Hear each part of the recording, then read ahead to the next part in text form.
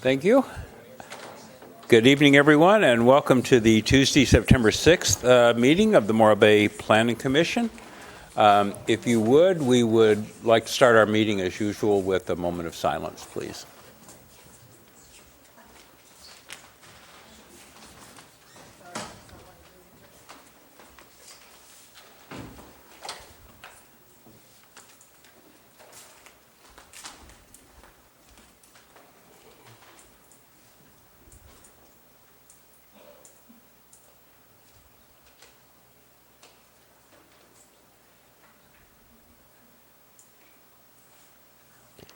Thank you. Let the record reflect that all members except Commissioner Lure are present, and the meeting is called to order. And if you would stand and join us in the Pledge of Allegiance. I pledge allegiance to the flag of the United States of America and to the republic for which it stands, one nation, under God, indivisible, with liberty and justice for all.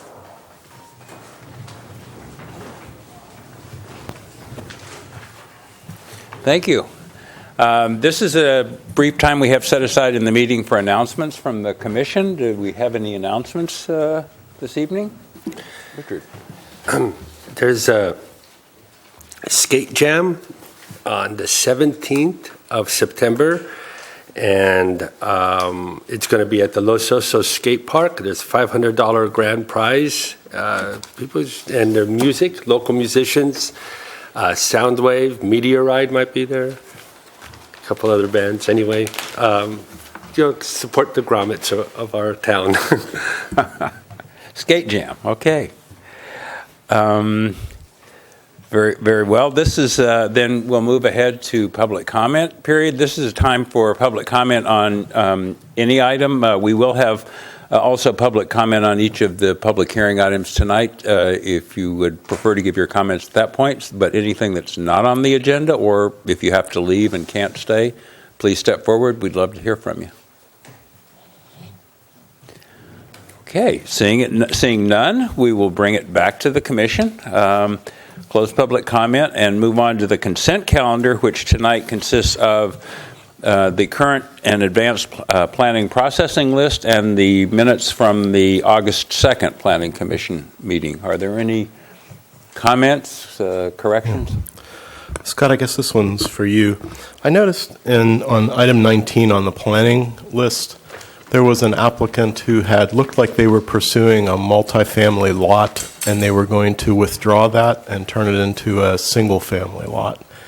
And I was just wondering, if the zoning is for multifamily, do people have to come here to put a single-family unit on the lot, or?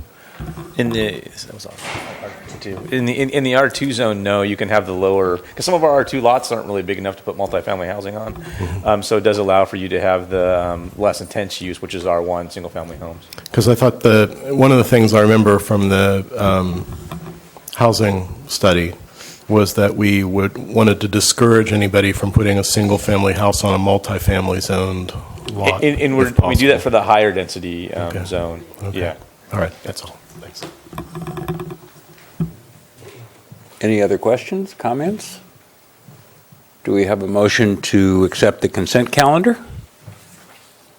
I move we approve. Second? Somebody? I'll second. Don't be shy. Okay, so we have a motion, a second. Any discussion on the motion? Seeing none, then all in favor of accepting the consent calendar signify by saying aye. Aye. Aye. Motion carries 4-0. So our first public hearing for tonight is case number CP0-365, having to do with the property at 3093 Beachcomber in Morro Bay. And seeing that Cindy's not here, I assume that someone else is going to give us a... Yeah, we are requesting this item be continued to the September 20th Planning Commission meeting. The applicant's working on some of the renderings for the project, and we should have them back in a day or so here. So we'll be in preparation for the meeting on the 20th.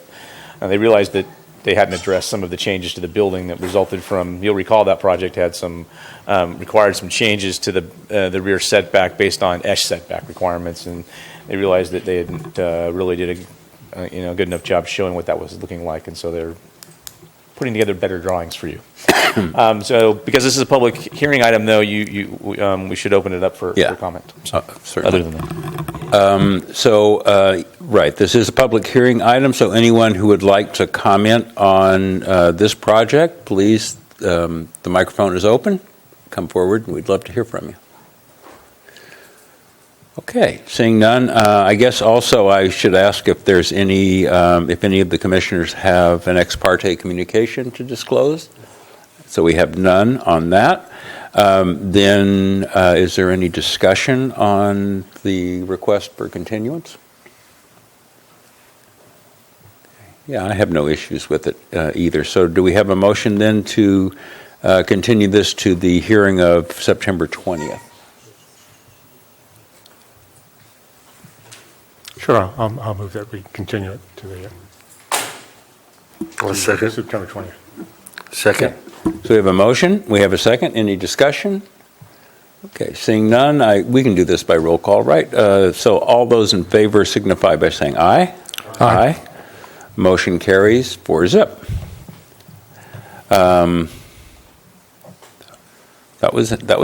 That could have been the easiest one, huh?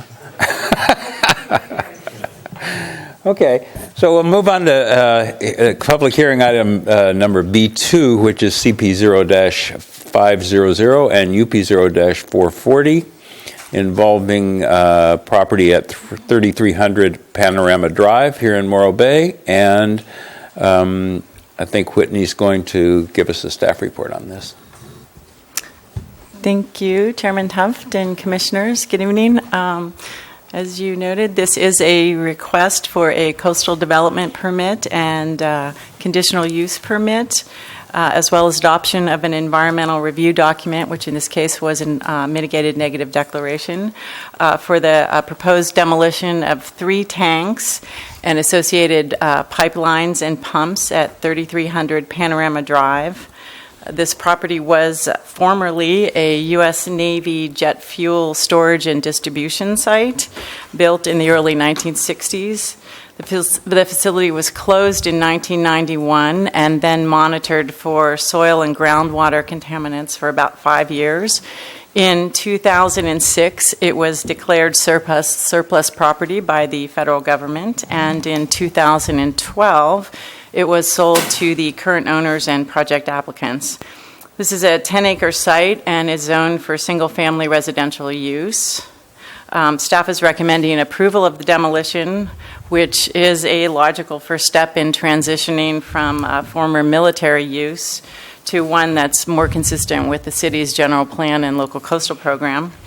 Under CEQA, the project required preparation of an environmental initial study. The resulting mitigated negative declaration recommends mitigation measures to ensure that there's no environmental impacts related, or no significant environmental impacts, I should say, related to air quality, biological resources, cultural resources, hazardous materials, noise, and traffic. The applicants have agreed to all the mitigation measures, and they are listed and attached to the resolution for approval in your staff report package. In addition, planning staff has worked very closely with the Air Pollution Control District, the County Environmental Health Department, and the City Fire Department to formulate conditions of approval, also part of this resolution that's in front of you. Coastal Commission staff are supportive of the project. A few of the project neighbors have contacted city staff with concerns about traffic, tree removal, goats, noise, and dust.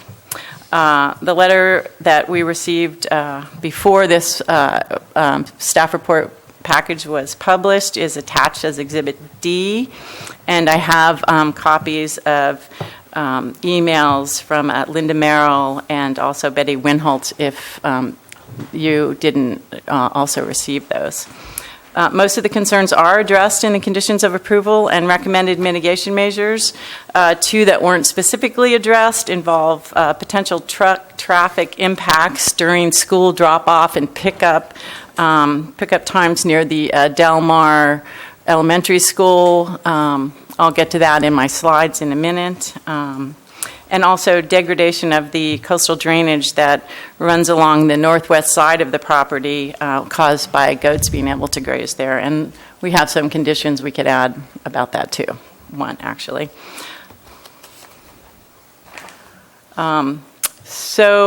Before I conclude my presentation here, I just want to run through some of these slides. They do include some additional condition language if you want to discuss that later on. And without further ado, let's go to slide number 2. So zoning, you can see that R1 PD zoning and the 2 tanks up there, kind of central to the slide. Surrounded by residential development pretty much, and agricultural land in the county outside of city limits otherwise.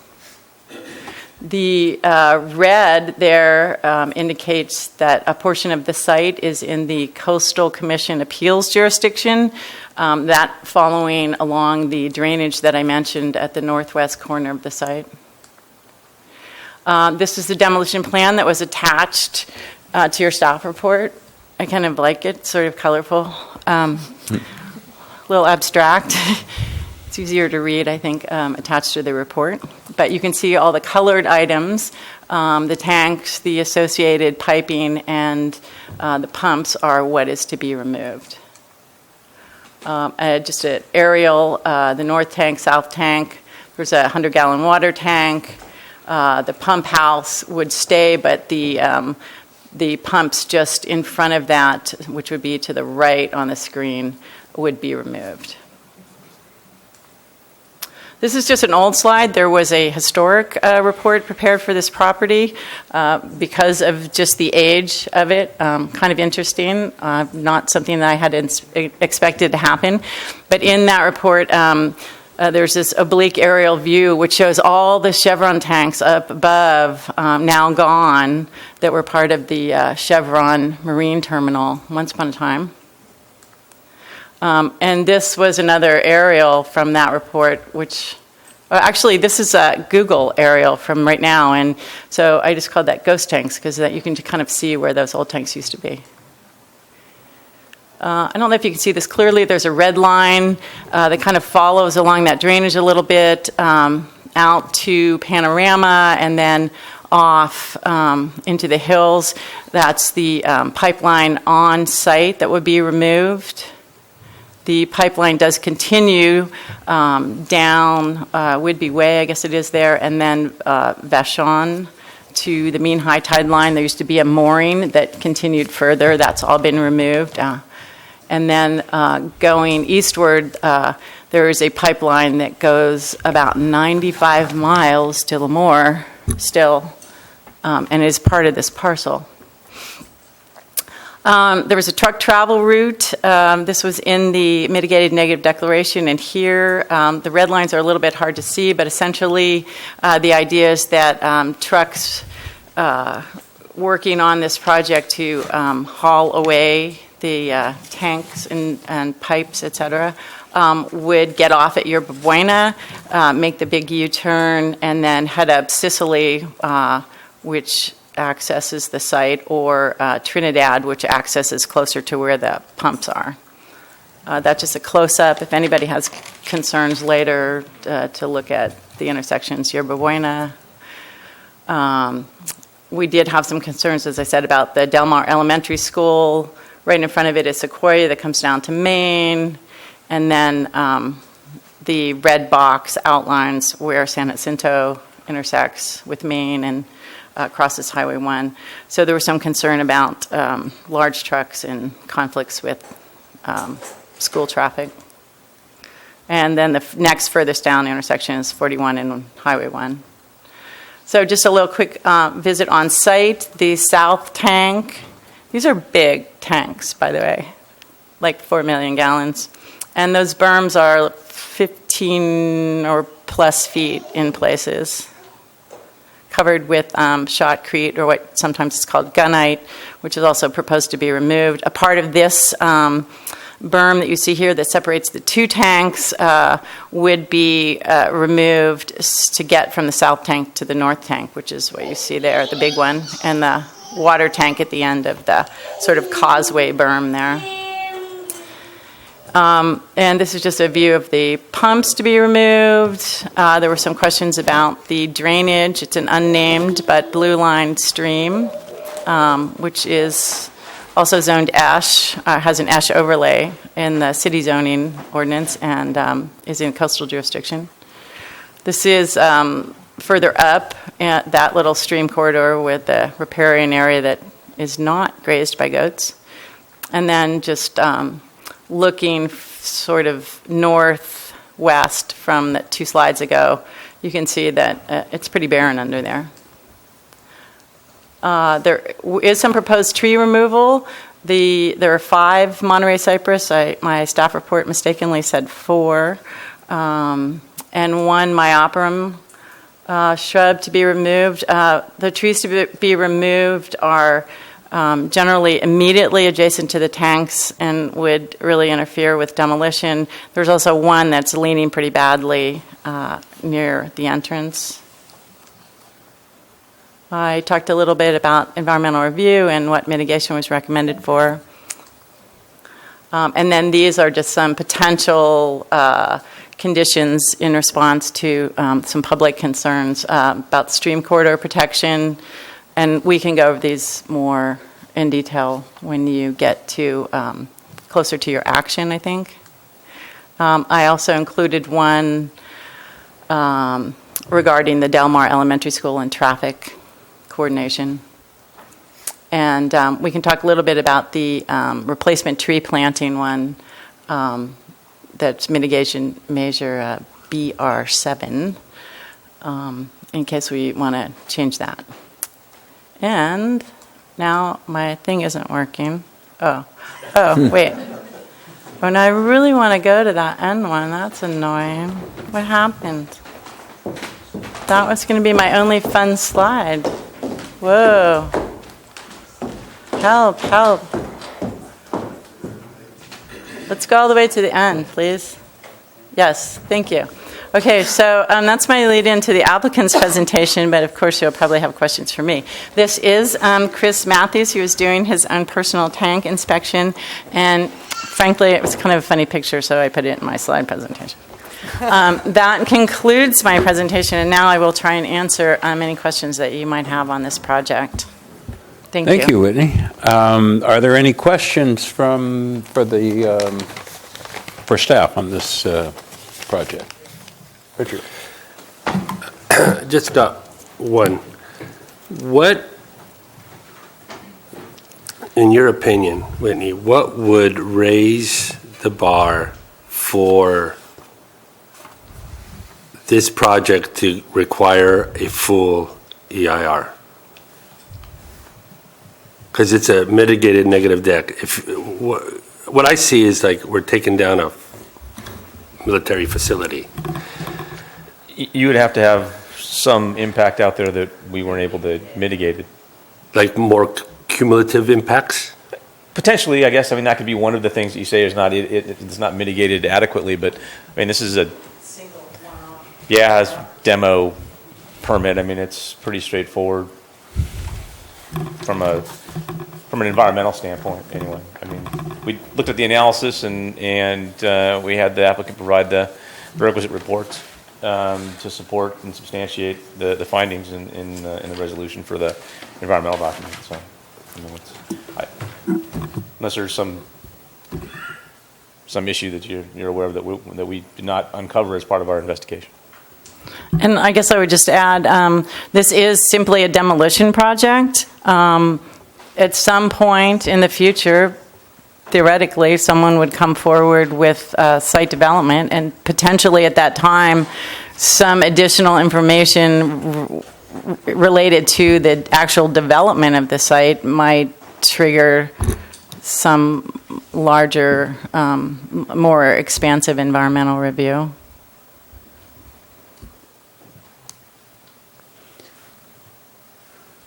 Any other?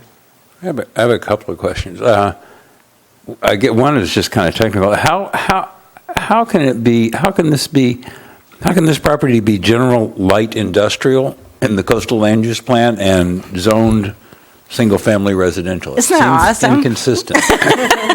We were just way ahead of the time. We envisioned, loft housing before it was even cool. I have no idea. I mean, I think it was given this designation because the city incorporated after this military site had been developed and was already there. And at some point, the residential zoning was applied. And unfortunately, I can't tell you exactly when that happened, but given all the residential zoning there and that would be the logical thing. So I think the disconnect was that the general plan was never amended to fit with the zoning. So if there were actually going to be residential development, it would require a general plan amendment? Well, the good news is we're doing that. Yeah, I know.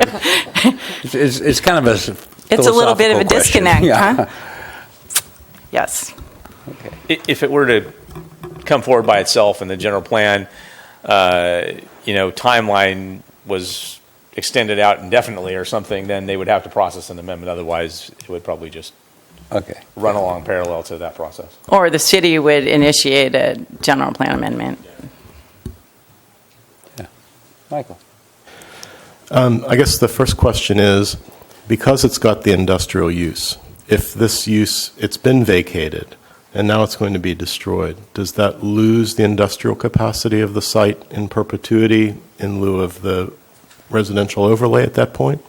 Or is there a window to introduce an industrial use in the future on the site? So I mean, we're talking land use at this point, and so we have conflicting documents. Our general plan is the top tier land use document. The zoning code and zoning map that goes along with that implements the general plan and LCP. I think clearly it happened along the lines of what Whitney described to you, and so it was a little bit backward, and we never went back and fixed it. I would say in order to do that, to do anything out there, you'd have to make the two consistent.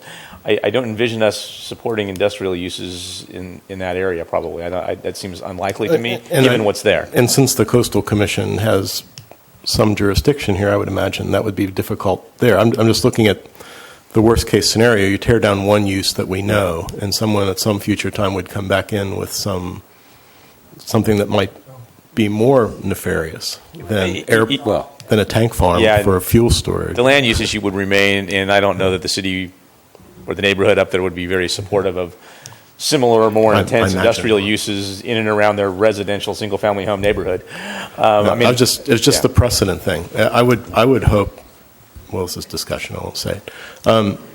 Then the other question is, these typically are designed to contain any kind of tank failure. Does that then become the legacy that nothing can be built here that has any off-site drainage at all, because it would be introducing new drainage off-site?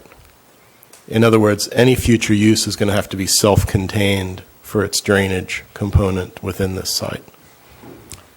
It'll be allowed to drain like any other property would be allowed to drain. It has a historic drainage pattern and a historic amount of water that comes off the site. So it'll be if you raise that would be once development came forward, and then they would still have lid requirements, low impact development requirements to deal with their and stormwater requirements to deal with their stormwater at that point. If it were to come forward, we say like a residential development similar to what's around it, which seems probably the most likely. It really is an interesting question, though, and I have spoken with members of public works staff about that question. There is some historic drainage leaving the site. The whole issue of drainage with any kind of site development would be really closely looked at. It seems like maybe there are some undersized facilities up there now that would have to be replaced. So it would be something that would be pretty closely scrutinized when site development came forward. And I guess the last question is, what is remaining when all the demolition is done? We have mounding from some of the previous tank containment, and you're saying that pump house stays. There are 3 buildings on site, that's my understanding, that would remain. There is a garage, sort of an office building, and the little building that's adjacent to the pumps that are there now. The berms, for the time being, would be there, and they're required to be revegetated or stabilized, as part of this whole demolition process. And that's about it. There's some like minor, there are some light poles up on that sort of central berm. Those would be removed, but otherwise it would topographically it'd be pretty much the way it is now. Okay. Any of the gunite that is on the exterior drainage has to be stabilized with some kind of vegetation, so you're not increasing some kind of vegetation and potentially some regrading, so that's not more than a 2-to-1 slope. Both of those things would have to happen. What do we do when we tear something like this down before the rainy season with the creek there, when we're opening up sides of mounds and things like that may have some runoff issues? Are we just staking everything with, the typical, bales of hay or those straw bales? Straw wattles. They would be required to do erosion control for sure. Okay, that's all I've got. And I think I remember reading that they were going to leave the concrete foundations underneath the tanks. Did the applicant offer any explanation as to why? You did read that in the initial study. That was initially the way the project was presenting to us. More recently, looking closer into how those tanks, what the foundation is like, it's actually sort of a circular ring that they sit up on, and so it's not nearly as big of a job as was once thought it might be to remove the foundations under them. And so at this point, the applicant has asked to change their description a little bit to go ahead and remove those, and we discussed that with Air Pollution Control District. They'll be testing that concrete for potential asbestos or whatever else they look at there, and there's they didn't have any real issue with it. It kind of makes sense, actually, to get rid of them now. That also enables them to do any shallow soil testing immediately under the tanks really, really easily now, which the County Environmental Health Department is going to require as part of their tank removal permit. Good, because that was my point. Without the removal, it seemed to make sense to me, and then it would provide them with an opportunity to actually get to the immediate soil sources. Exactly. Services. Yeah. Okay. Exactly.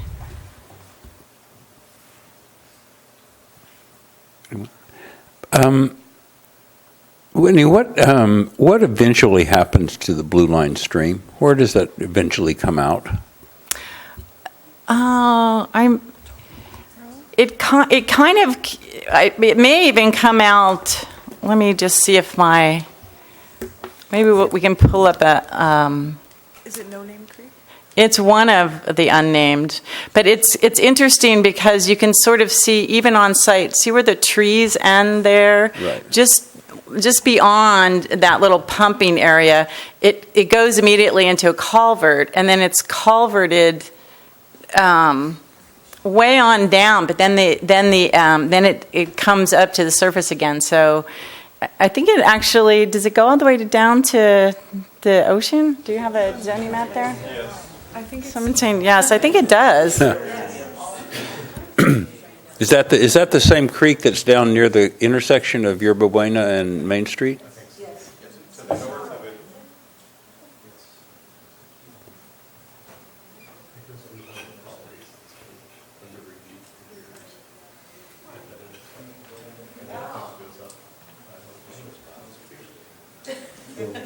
It looks to, I don't know if it splits because there are other culverted ones, but it definitely goes under Highway 1, and it may be the one that, part of it may be what comes out near Yerba Buena. But does it go south more too? Like what comes across the property there? Oh, right, the Mindoro property, kind of, yeah.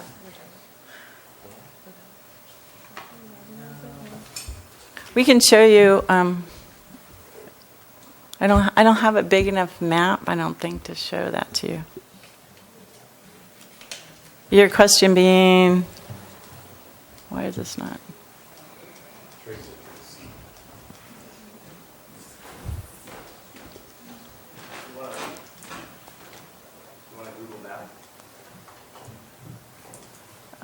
There we go. Yeah, there you go.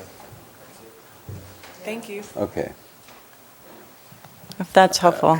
Yeah, as a matter of fact, I think I actually have that right here. Right, that same exhibit should be in your staff report. Okay. And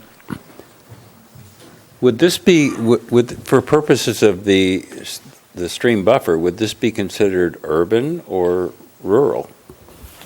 I would consider it urban.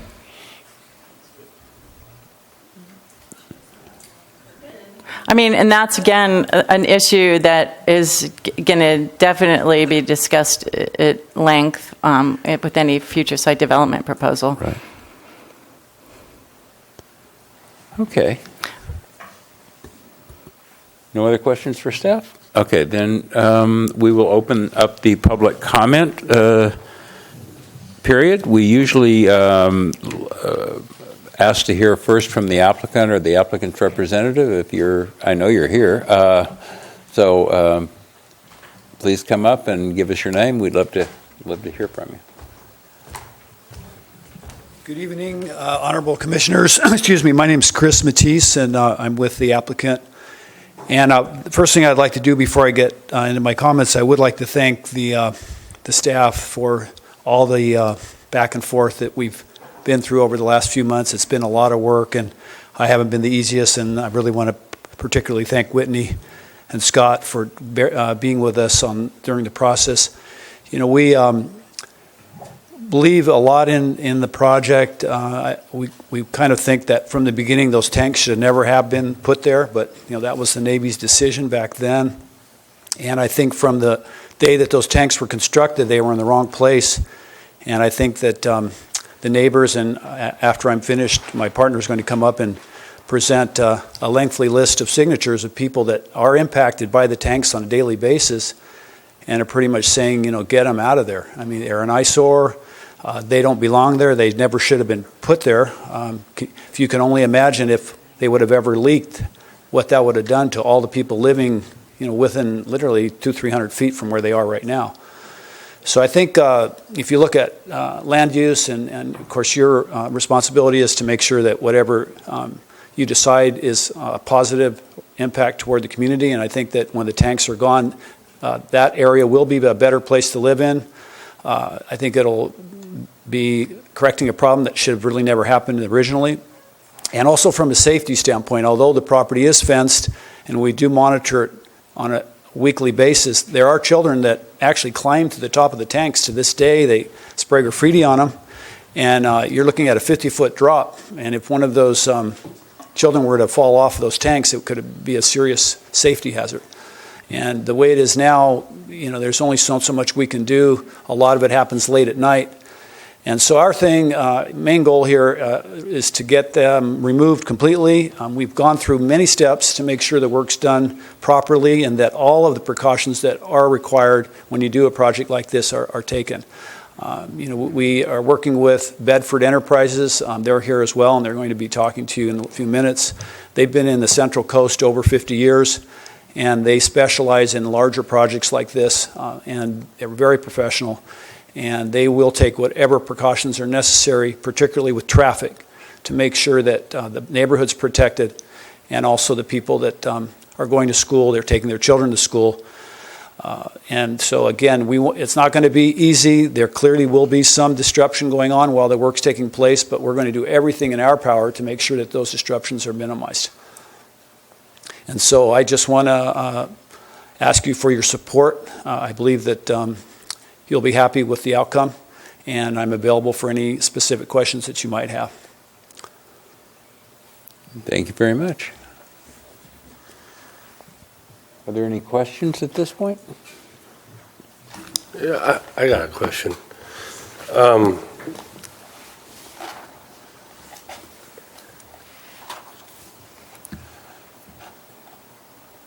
Years ago, when I got out of college, I cut my teeth in the military facilities. These tanks are a military facility, and the paints that we used to use, like on Vandenbergens and areas like that, and I know that these have been repainted. I noticed in the mitigated deck, you talk about torching these down. Are they lead-based primers on this? There is lead paint on the tanks, and part of the removal, and I'm probably going to refer to Oliver if you want to come up, because that gets to be more of a demolition question, but I know that we're going to have an on-site monitor on the project while that work is being done, and the torching will be a minimum for that very reason that there is lead in the paint. This is Oliver Rees. He's with the demolition contractor with Bedford Enterprises. Good evening. Thank you for letting me be here. I'm happy to answer as many questions as I can regarding the demolition process. Regarding that specifically, a lead-based paint plan will be submitted to the health department and scrutinized by them, I'm sure. Proper lead-based training, everything that goes into that. We don't anticipate doing a lot of torch cutting, primarily because it takes a long time. The measures to mitigate the paint chips, I think, will probably be a concern as well. That's also going to be in place with proper poly techniques and things of that nature. So we're aware of it. We're not going to expose our guys or ourselves personally to anything that would be endangering them in any way. So I don't see any effect that it's going to have in the air quality or in the surrounding neighborhoods. It will be mitigated. If you're not torching them, how are you cutting them? Well, first, the tanks have to be make sure that we can torch them. It's part of the requirements by the fire department. So once those measures have been taken place, we actually remove sections of that paint before we cut on it. So that way, 12 inches we have. You grind it off? Yeah, we actually remove the paint. The paint's removed.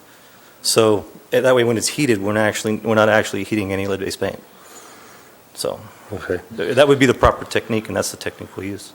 Okay, and then I got a question for Chris real quick. All right. I'll just remain up here if that's fine. Okay. That's fine. Chris, did you sit on the city council in Fresno? Yes, that's been a few years now. Okay, and then I looked at Rhine LP CVI Group. Is that a LLC? Is that a California-based one, or is that outside of the state? Oh, no, we're homeborn, and from here. Yeah, no, we're not from out of state. I just had when I was researching, I had a hard time finding it. Yeah, no, I'm actually was born in San Diego and grew up in Fresno, and been there since I was a kid. And Mr. Solly, my partner, he's also, you're pretty much from Fresno too, right, Rob? Part-time resident of Cayucos for the last 15 years. Okay, yeah, so he actually lives up part-time in Cayucos, so. But I promise you, I'm not planning to run for any office around here, so don't worry about that. To be clear, with respect to the cutting of the tank, the monitoring will be self-monitoring, is that correct? You will be monitoring the work, or is there another individual involved in monitoring that portion of the work? No, we self-monitor. Okay. All the guys wear the equipment that they need to. What it does, it's a 4-gas alert system, but at the same time, yeah, we're fully aware of the dangers that are posed by lead paint. So okay. we want to make sure that our guys come home every night. Yeah, one thing I wanted to add is we are going to also have what's called a hygienist on site, and their responsibility is to make sure that all of these things that are required are actually done. And they are a third-party consultant that will be on site making sure that the things that we're talking about will be done correctly. Oh, now that's very interesting. So how broad would the hygienist, is that what you would Yeah, it's actually their responsibility is to make sure that all of the environmental aspects of the project are properly mitigated as the work progresses. So this would go well beyond the actual cutting of the tank. This would be, well, I don't even know, but air contamination and whatever. Yeah, their job is to make sure that all the requirements are met so that the county can close the site when we're done.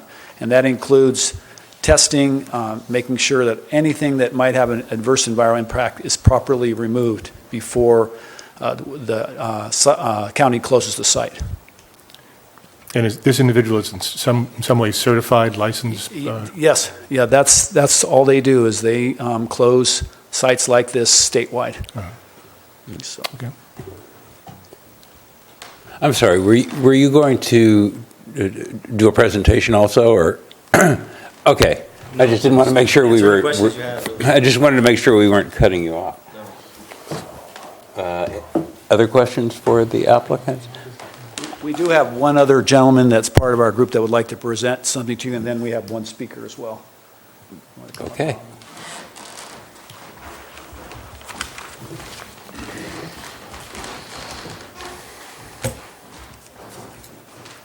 Hello, my name is Rob Solly, appearing as the managing member of CBI Group in support of our application to remove the former jet fuel tanks. On last Saturday, September 3rd, I went door to door in the area immediately surrounding the property, not blocks and blocks away, but right in the general vicinity, and spoke to many families to get their feedback and thoughts on the idea of removing these tanks potentially. I explained that the tanks would only be removed with the approval of the Planning Department and the Planning Commission of the City of Morro Bay, and would be conducted in strict adherence to the terms, conditions, and requirements of all agencies with jurisdiction. It was a good day going door to door. I think I had the doors slammed in my face maybe once only. Few people indicated they needed more information before making a decision.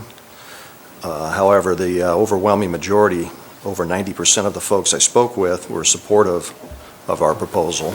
And to remove these tanks, I gathered names, signatures, and related information on a petition from those who were in support of our project. A few folks that I spoke to a Paul and Shelley Kinney over at 321 Trinidad, who signed my petition and told me that they've long considered the tanks an eyesore and were hopeful our application would be approved. I spoke with Kevin Faulkner, who lives at 381 Bashan, who was pleased with our proposal and indicated their removal would improve the look of the neighborhood and probably increase their property values.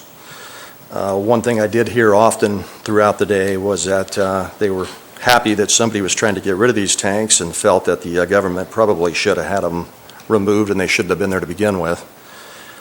So in closing, I'd just like to submit to the Planning Commission a petition of over 35 families in the vicinity who support our project, and we ask you for your support as well. Thank you.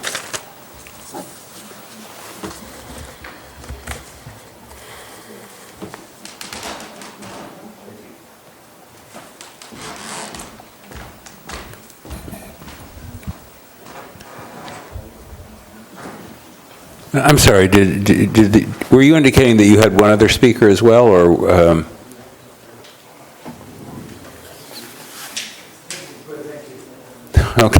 Okay. So with that then, we will open it up to the general public. Anyone who's here to speak to this project, please come forward. We'd love to hear from you.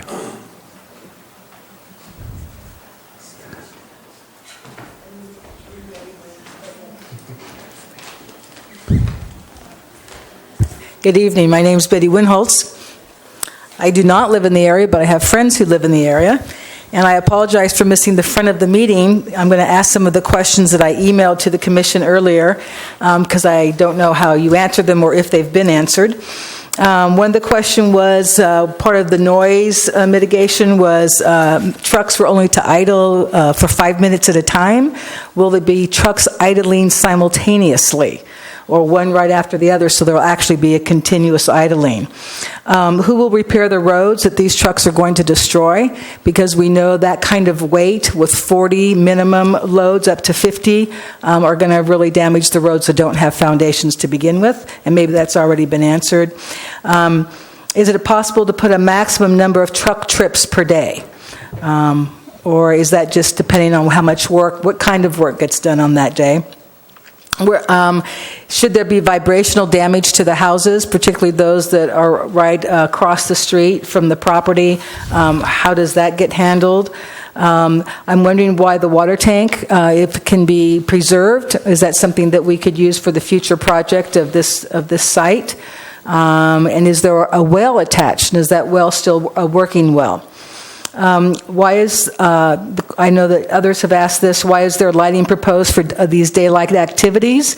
If it were a building project, I can see the need for security, but not with demolition. And if lighting is going to be justified, can it be focused away from the homes and reduced in intensity and in height? How often will city staff make trips to the site to see if mitigation measures are being followed? And we heard just now that the people doing it are going to be self-monitoring that with an outside person.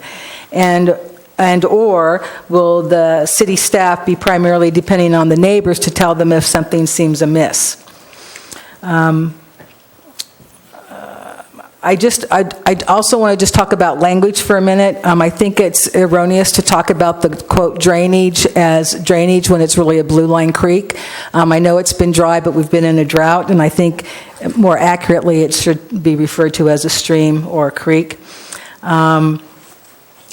Could you clarify for me, the people that are owning the property and doing the demolition, are those the same people? And then is there actually going to be a third party that develops this, or is it the people that own it, also the developers? Because we know we're just not tearing it down for no reason, but we're tearing it down to do some kind of other project there.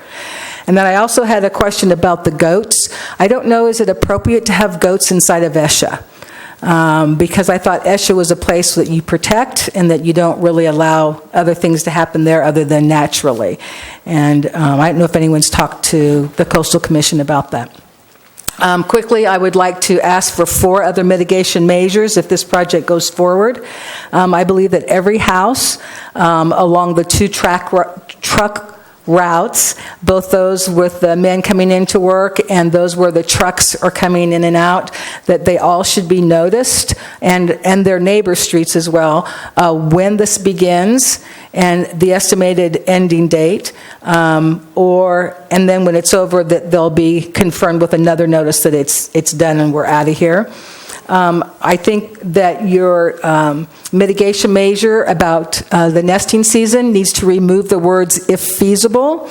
Absolutely, there should be no reason why a 2-month project should have to occur within nesting season. There's plenty of time before February or after June for that to happen.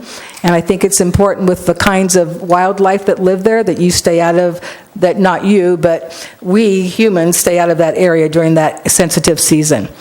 I would like to see the whole stream buffered, not just the southern end, unless I misread what was in the staff report. Buffered with the hail bays as well as with the fencing. And if the San Jacinto Main Street intersection is allowed to be used, that there be a mitigation measure. The trucks must avoid traffic times for the middle school. Thank you. Thank you. Anyone else to speak to this project?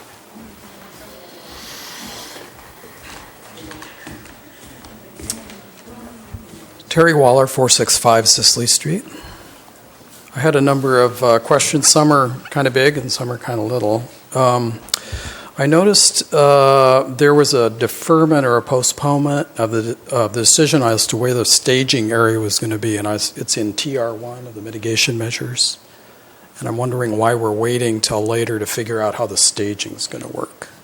It seems like that should be part of the project so that everybody at least knows what's going on and we can better assess impacts.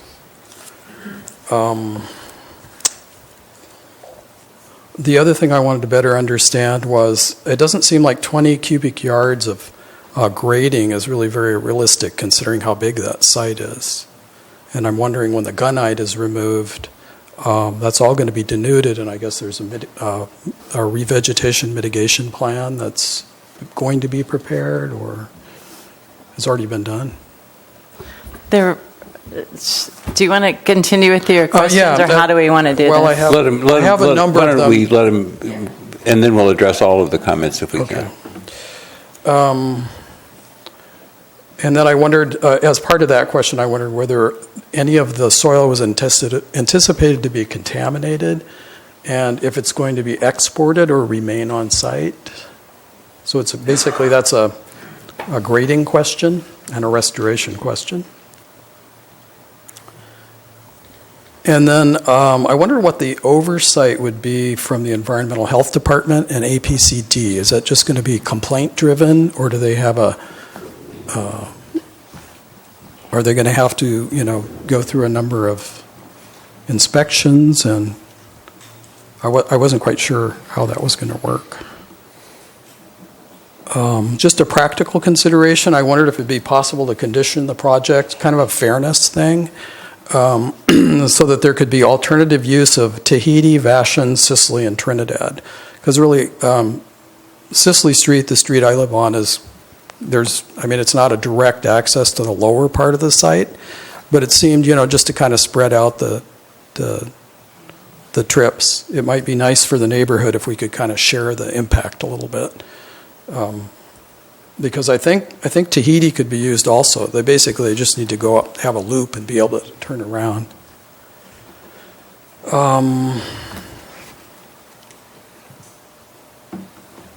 That's quite a lot to chew on right there. Maybe I could stop, and I'd be happy to repeat anything that. I think we have notes, and we'll after we've taken the comments, we'll try to go through Okay, all of them. you're going to address them later. Okay, thanks. Anyone else?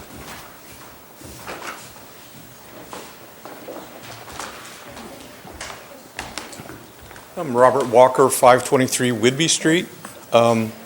I didn't sign the petition because we weren't asked to. We actually faced the project. The first question I have is about notice of this hearing. We received a card just last week, and it just seems to me to be really short notice. Finding the application on the web page was something of an ordeal, and we stumbled on it with no notice of where it was located or anything. And for somebody who's not used to this process, reading the 50-plus pages was not much fun. So we actually responded, so I don't know where our response is. I mean, in writing, we actually responded. So I don't know whether I need to regurgitate those issues or not. But something that's come up in going back and reviewing is water's going to be used for dust control. We're being asked, as a community, we're being asked to conserve water. And somehow it just doesn't feel right. I don't know how else to put that. Actually, I feel good about the amount of things that are being considered, but as a resident, I really feel like we've been left out of the process, and that's why we're standing here today. One of my fundamental questions that we finished our written comments was, when we feel that things aren't going right, who do we call? When the smell's too big, when the noise is too loud, when the dust is too heavy, who do we call? Not received any response yet from wherever those written comments ended up.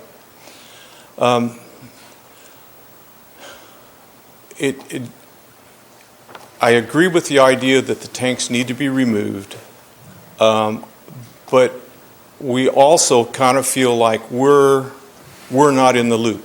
That's the best way I can put it. Thank you. Commissioners, I would just note that Mr. Walker's letter, he and his wife's letter, is Exhibit D to your staff report. That was the one we did receive in time to forward to you.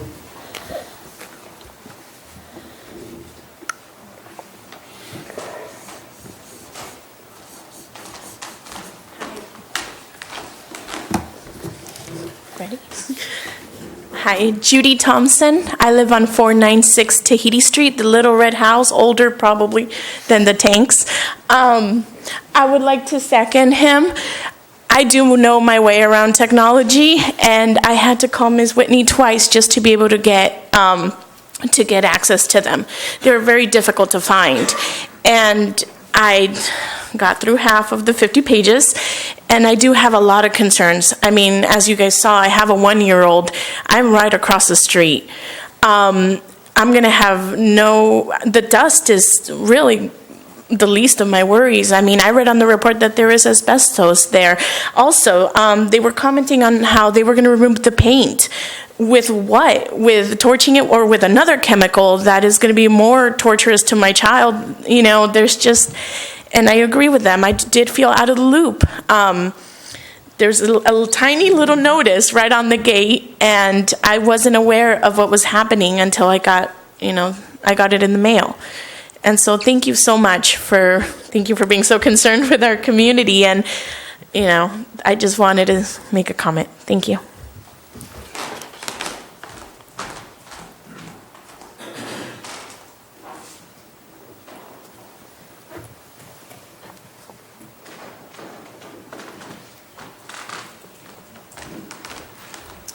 Good evening.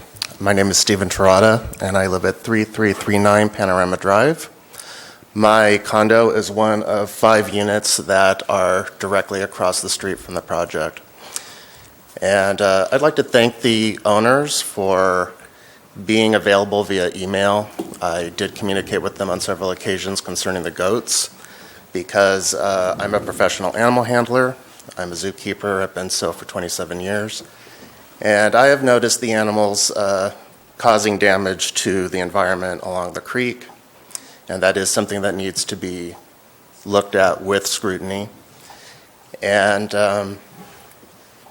they also have been an inconvenience to the neighborhood due to noise, smell, and also, of course, the destruction to the habitat.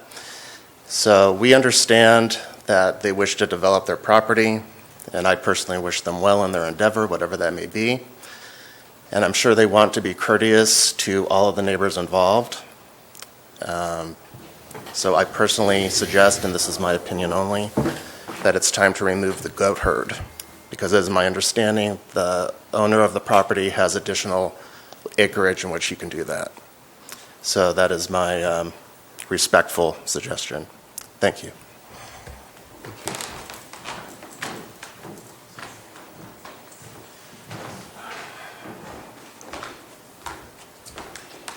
Good evening. I live at 511 Whidbey Street, right next door to Bob and Carol. I'm right across the street from the tanks. I'm concerned about all the things that have been mentioned. Richard Barnes, I'm sorry. One thing I'd like to see is video documentation time-lapse of the entire project from beginning to end so that we could access it on the website with a web camera, whatever like that. I'd like to see that happen. Thank you. Thank you.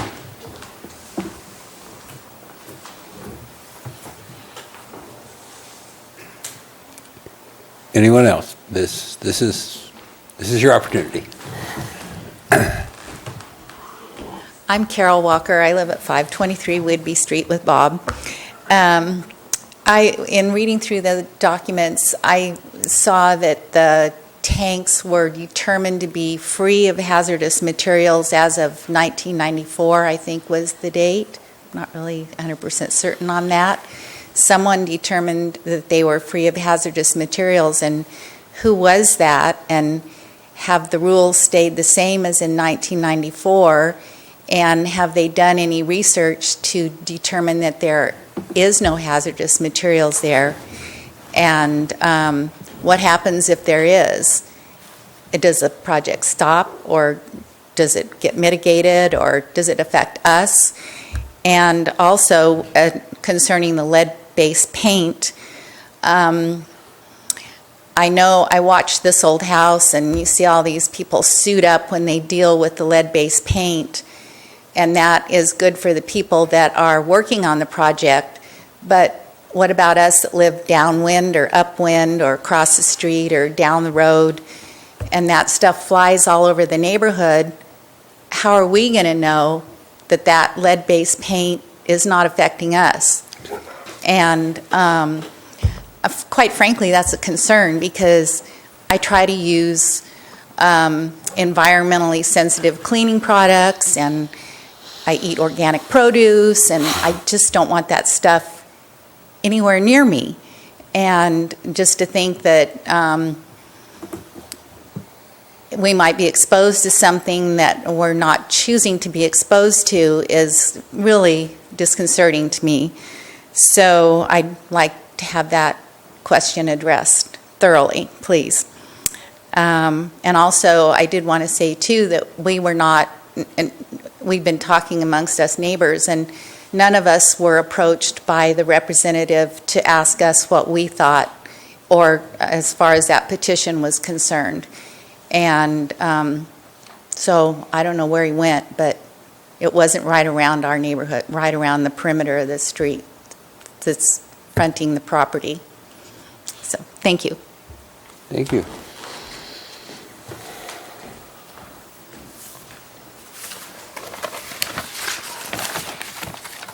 Anyone else? Last chance. Okay, with that, we'll close public comment and bring it back to commission.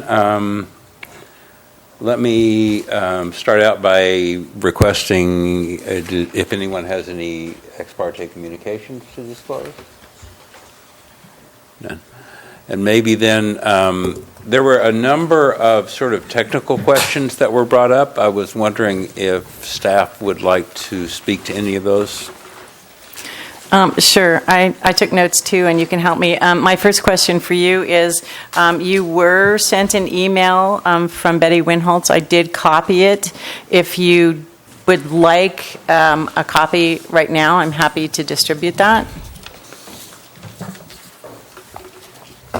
And I can, do you need one?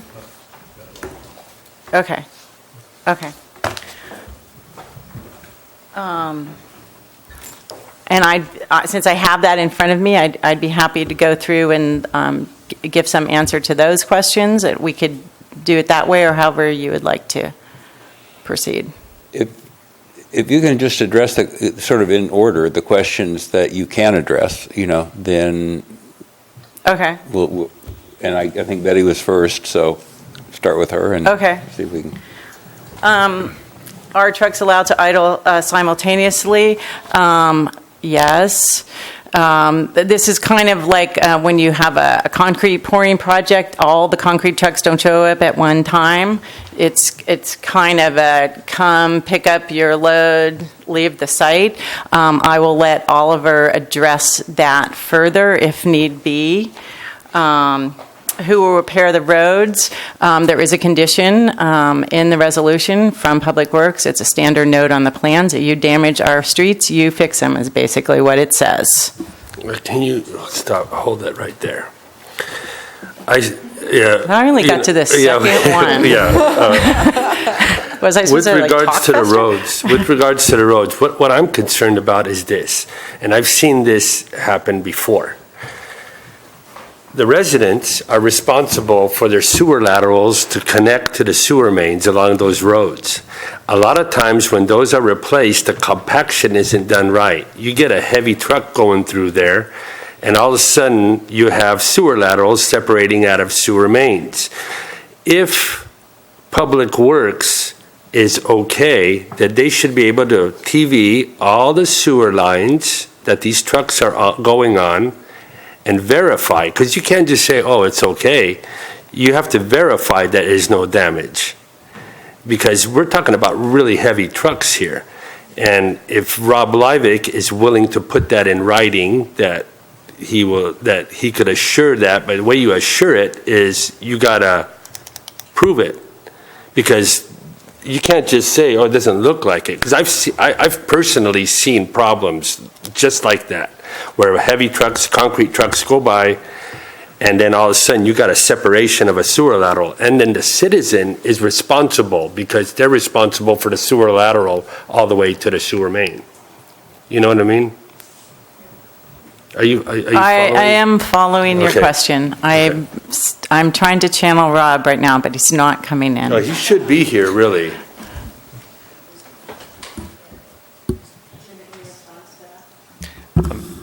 I've not really run across this being an issue, so he says he's seen it, so I mean, that's fine. It's just not something that I've run across related to construction projects for the 20 years I've been doing this. Yeah, but this is demolition of a military facility with heavy trucks going down our roads here. So the demolition and what it is doesn't really have anything to do with it? Well, the weight of the truck does. I agree with you. Okay. All I'm saying is it's not something I've experienced. Okay. Been involved with lots of construction projects. It's just not something that I've seen happen, not to say that it doesn't. I mean, I'm happy to obviously forward that question and find out an answer for you, but honestly, I don't have one right at the moment.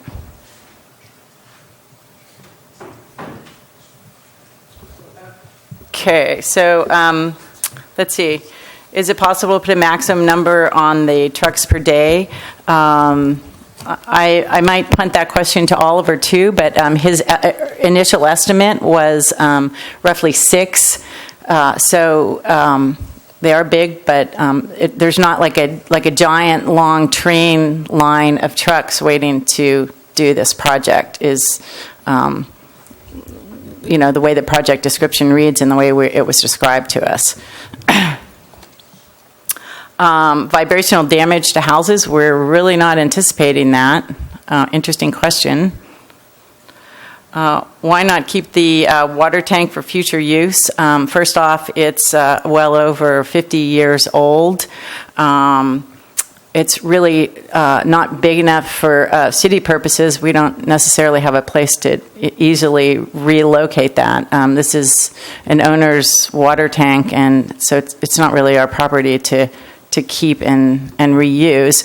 My understanding, there is a water connection to the site. If there was a well attached to this at one time, I don't know about that. And that water would need to be tested, et cetera, and would be for use on that particular site. Lighting, we did get several questions about lighting, and I'd just like to clear that up. The mitigated negative declaration talks about, in the aesthetic section, there are some questions that you answer as part of the initial study form. One of them deals with lighting, and so in answering that particular question, the initial study discusses the may possibility, but it would only be in some unforeseen circumstance. I mean, these guys really are planning to work during the day. Their project description does not include nighttime lighting. In fact, they're going to be removing some of the on-site lighting, and there's no mitigation measure related to lighting. The initial study just discusses what existing city regulations are, which is sort of typical, down lighting, no glare, leaving the property line, et cetera. So there really is no proposal for nighttime lighting. The hours of operation for the project are to be from 8 a.m. until 4 p.m. So they're really, I'm sorry that was a point of confusion. Let's see. Notice to the neighbors, there is a condition that the project will provide at least 2 very large signs on their property that outlines the timeline for the project, a contact person and phone number, some limited project description, a description of the truck route. So it is certainly our intent to have the neighborhood noticed about what's going on and at what time. We can look at the mitigation measure, biological resource BR6, regarding the nesting season, and change that language if you would like to do that.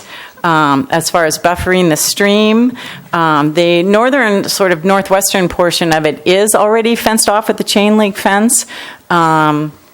what we were looking for in the initial study is that the actual channel itself be protected from any potential spill or just, grading or anything. So that's there as a mitigation measure. And then I have additional language relative to once demolition is finished, there are some pipes close to the stream on sort of the stream bank to be removed. Once that's done, to be sure and fence that off from any livestock access. Even the applicant mentioned he may be moving the goats off this property in any event, so we can follow up on that too. And then I had some suggested additional condition language about trying to avoid conflicts with the elementary school traffic drop-off and pickup times. I think that addresses everything that was in that email. Moving on. Terry Waller asked about postponement of staging. Actually, there is just some additional traffic staging kinds. We are asking for a real plan from them as part of this approval, as a condition of approval. The site is large enough that there's should be plenty of space for staging on site, and so exactly where that occurs on site didn't seem to be so much of an issue. More of a concern was how trucks would impact the neighbors. Let's see what else we have here. Any grading, as we talked about, that might be necessary after removal of that shotcrete would definitely require revegetation and erosion control. If there is, there will be soil sampling. This is a requirement from County Environmental Health. It could also end up being a requirement from Air Pollution Control District. We've been working very closely with both of those agencies, both of which have permitting authority over this project. If there is disturbed, contaminated soil, it will be removed from the site shallowly, whatever they encounter shallowly in terms of with the underground pipe removals, the only time we really anticipate that happening. And there are very strict protocols about where that goes and how it's tarped, et cetera, et cetera. That will be overseen by both APCD, the Air Pollution Control District, and County Environmental Health. And alternate use of streets. We asked them for initial traffic plan, which they gave to us. If your commission feels that they should perhaps share the pain, as someone suggested, we can certainly discuss that, and you can discuss that further with the applicant as well. I would definitely want to put a caveat on that. That would be the use of alternative streets would be subject to review by our engineering division, because some of the streets are in better shape than others, and they've had specific discussions about which streets to use versus which not to use, and so that review has taken place. So yes, that was a resounding review of how great the condition the streets are in. There are also truck turning movements to be taken into consideration with that. Let's see, further moving on. The water for dust control, that's always non-potable water. It's not drinking water that gets just spread out for dust control. And the who do we call? Of course, staff is available for a phone call, and there will be signs posted with a 24-hour contact person. There was some discussion about lead removal. Lead removal, there are very strict protocols about lead removal.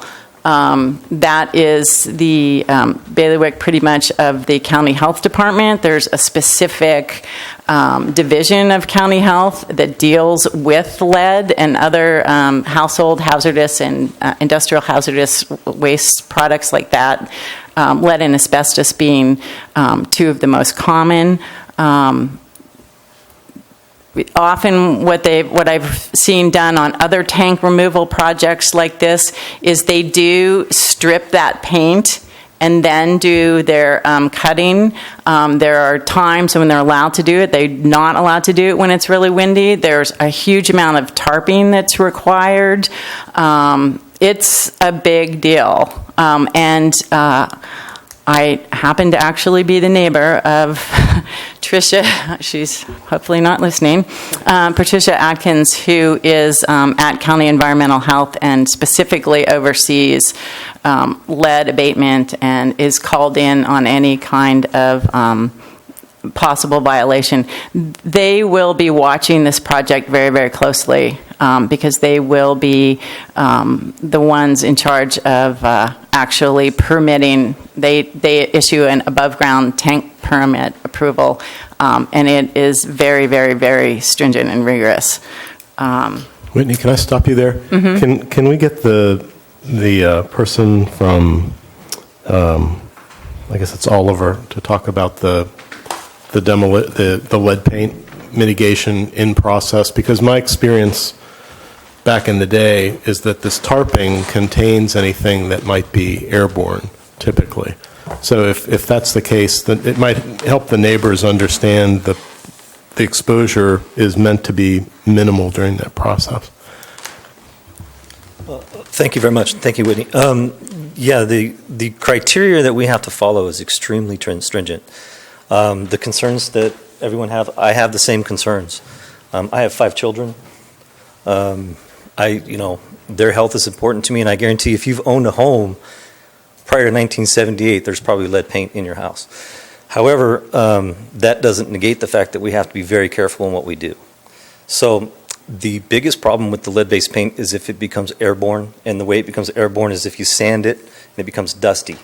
It's not the process we use. It's actually chipped off with a chisel, so the chips remain intact. It's already encapsulated, I believe, with non-lead-based paint. So the fact that the tanks have already been pretty much encapsulated in that makes it a lot easier to contain it whenever we do start to separate it. So there won't be any dust. Do you typically scaffold something this size, or do you do it by lift crane or something like that? We would probably do it with a man lift as needed. And we don't, like I said, we don't plan on torching very much. It's going to be mostly equipment with shears, mechanical shears. So you don't see any tarping of the area you're working on? The tarping would be below it. That would actually catch the particles, and that way we can contain the particles as the polypropylene or the whatever criteria that we have to have, whether it's a 6 mil, 10 mil, whatever the plan states that we need, would be laid down and catch that material. In fact, we were actually hoping that there were concrete slabs so we can contain the chips even on the concrete slabs, which was what we've done on Vandenberg Air Force Base. We sweep them up and then dispose of them the way they need to be disposed of. So, but to answer the question, the airborne particles is something that we avoid at all cost, and that's actually pretty closely watched by the Air Pollution Control District and us ourselves. So we understand the dangers. And then there's a few other things that we could probably address too with regards to do you mind if I address? No, please. Okay. Regarding the trucks, California has very stringent rules, as everyone knows, based on the weight of the trucks and what can be driven on the highways. The trucks we use are end dump trucks, and their axle spreads are such that the actual per square foot inch weight is not going to be any more than your garbage trucks that use the roads every day, or at least once a week. So it's very minimal, but it does stress the roads. It can do that. So, but it's not any more than what you're using right now. It's not any significantly more than what you're using in your garbage trucks on your weekly pickups. So that is something to be noted. Vibration, I don't see that being an issue. I mean, we're talking about 15 miles an hour, 20 miles an hour. I just don't see how the trucks would be creating any kind of an effect on that. And there were a few other things too, but as they come up, maybe I can help address those as well.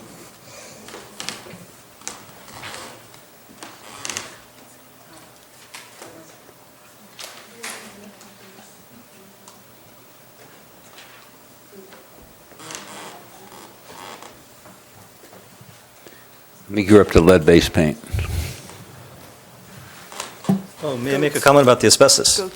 Asbestos is not found in the project that we're working on, as far as the demolition of the tanks and the pipes. There is suspect gasket material that isn't even seen. So all they did in that report was say, if we discover it, we have to be aware of it. So if we actually find something that is suspect, we immediately cease work if it's there. We can also contain it and encapsulate it. Usually what we do is we don't disturb it, we just clip both ends of it. So in regards to the asbestos, we understand the concerns of that as well. So I wanted to make that comment as well. Well, Whitney's catching up to where I had just had one other question. When you did the when you looked at circulation, how did you light on Sicily and Tahiti streets? How are those? Well, it's primarily access to the site, because coming up Sicily, the trucks can actually enter right into the site and come into the south tank area, which is really where the staging is going to be for the heavy equipment, mostly on the south end, but it's going to change as the project moves.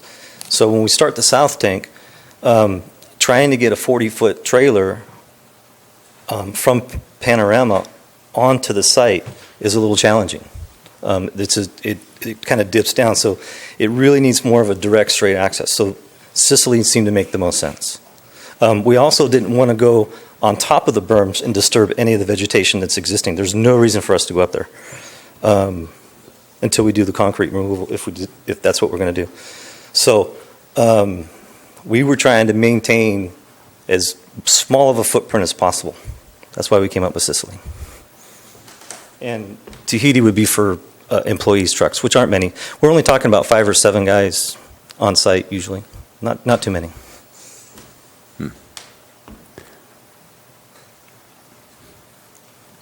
Okay. With respect to the comparative note about your trucks and the garbage trucks, would that be, the equivalency is between a fully loaded garbage truck and one of your trucks loaded with the tank steel? Right, because you're talking about an axle weight on a garbage truck that'll hold up to, 8 to 9 tons on 2 axles and 11,000 pounds in the front. And so the trucks themselves generally weigh, they can go up to 55,000 pounds. Maybe Steve could tell me exactly, because he knows exactly what the garbage trucks do. I'm not that familiar with them, but I know that they can get up to 55,000 pounds. And that's on 3 axles. We're talking about 10 axles at 80,000 pounds, so it's spread out a little bit differently. So you estimate that a truckload will be 80,000 pounds? Is that what you're saying? That would be 20 tons in a truck, yes. Okay.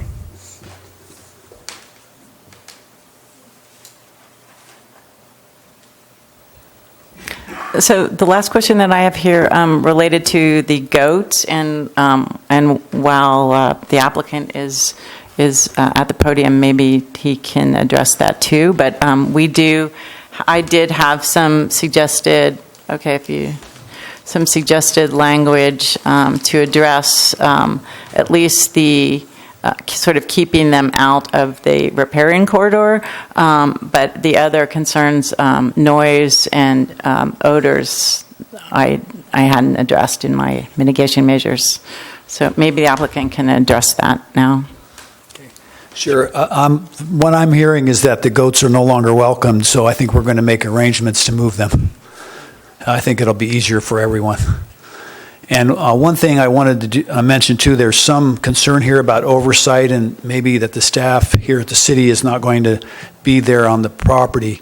We will have a hygienist that we're paying, and their job is to monitor this site and to protect anything that's hazardous or anything that needs to be controlled and immediately notify Bedford so that can be addressed. They're not going to just be freelancing out there making decisions themselves. This is a professional consultant.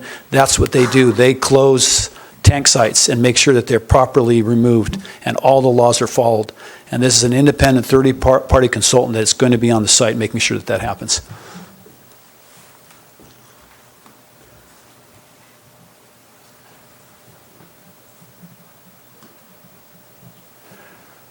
The other issue that was brought up was noticing. Oh, thank you. I don't know if you're aware, but up until about a year and a half ago, the city was sending out postcards to people that lived within 300 feet, I think. We actually increased that radius to, I think, 1,000 feet now? 500 feet. Okay. So the area of people that is being noticed was increased maybe threefold. So, we're certainly trying to reach out. I assume that this was part of the agenda package, which was available on the city website. Yes, the agenda package was, the mitigated negative declaration is there.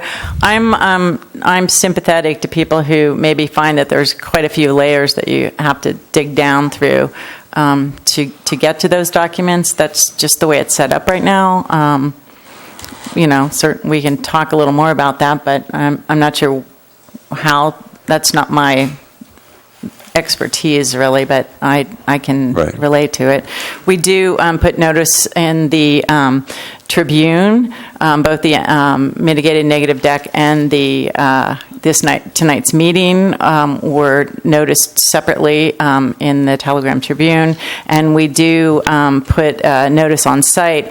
I thought it was kind of funny that she mentioned that it was a small sign. It's a really big site, and perhaps I could have done 2 signs. But we used to also do like 8.5 by 11 signs, and so now our signs are bright yellow, and they're about yay big. So we're trying.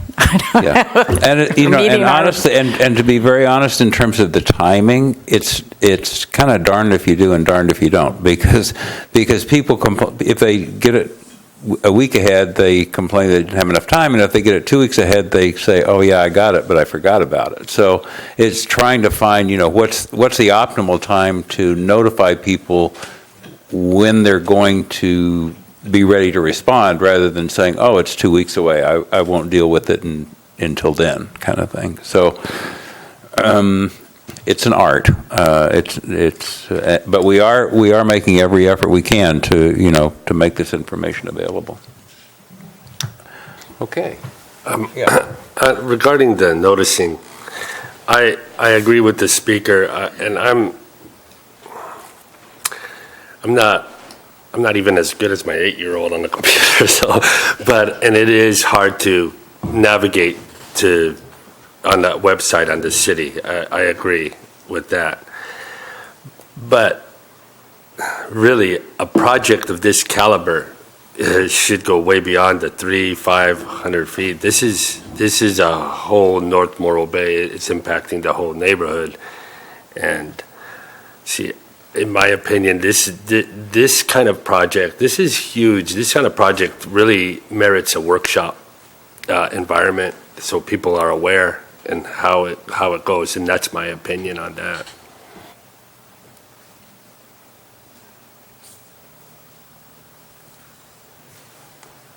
Any other questions or no?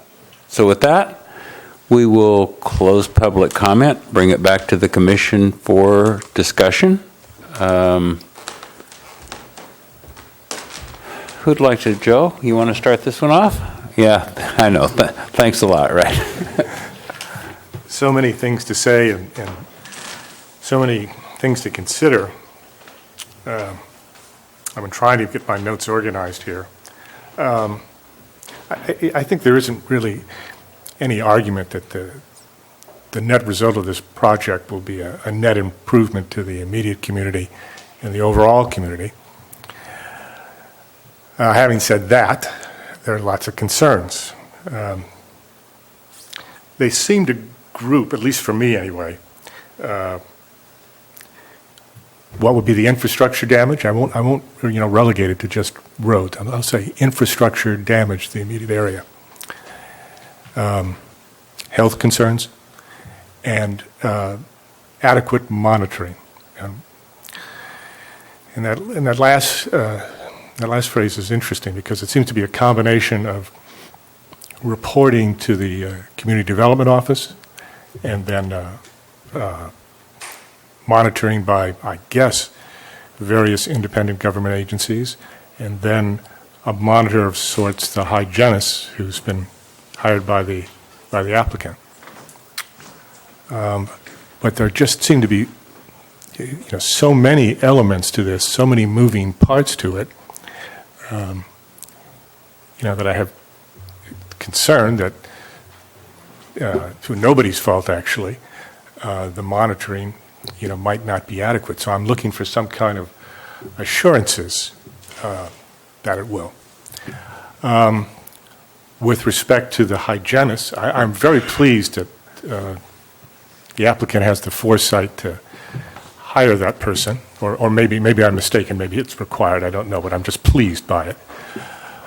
But of course, the other side of the coin is it's always difficult when the monitoring individual is, in the employ of the client. I'd much prefer a greater independence on the key monitoring individual. Now, that's not to besmirch his professional ethics and all that. It just I would prefer to see a little more independence in that. And I don't know. I don't know if we can achieve that, but it's probably something to think about or to examine a little bit more.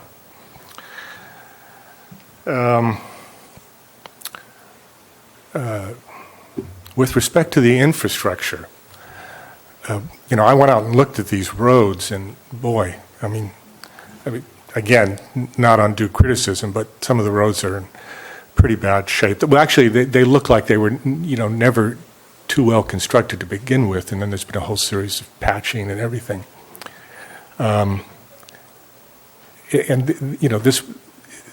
This will come down to a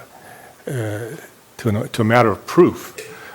Should there be as many truckloads as anticipated, or even more likely, there's more truckloads than anticipated, and then we start to see reports of damage to roads which were already somewhat damaged, and then we're left with a battle of what was pre-existing and what was produced, and as the commissioner said, some things that are perhaps less visible. So we have to figure out some way in advance to determine what pre-existing conditions are. It might be interesting for all the homeowners in the area with the inexpensive nature of video equipment and smartphones. We sort of get the word out that everybody should perhaps videotape their portion of the street and major walls and free of cracks, so that there's some basis for arguing that damage was or was not due to this sort of construction. Let's see, what's some of the other things I'm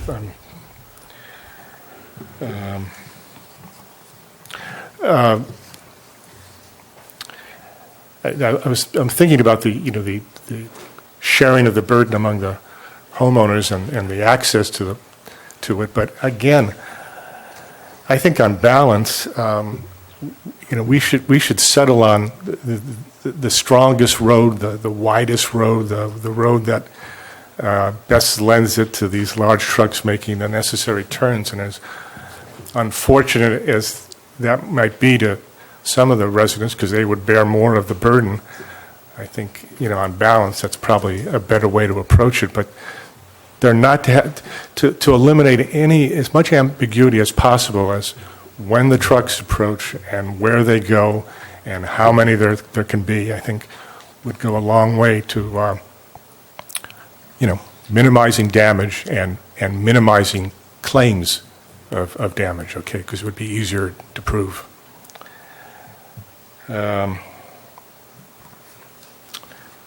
Trees.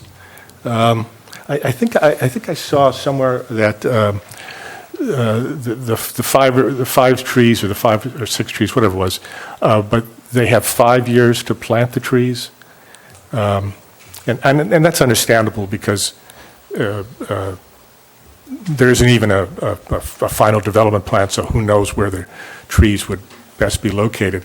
But I'd like to see, if we're going to take that long to plant trees, then they should be bigger trees than if they were planted 6 months after this demolition is done. If we're going to take down the trees, we ought to take into consideration how long the property is without the trees in determining what kind of replacing trees should be there.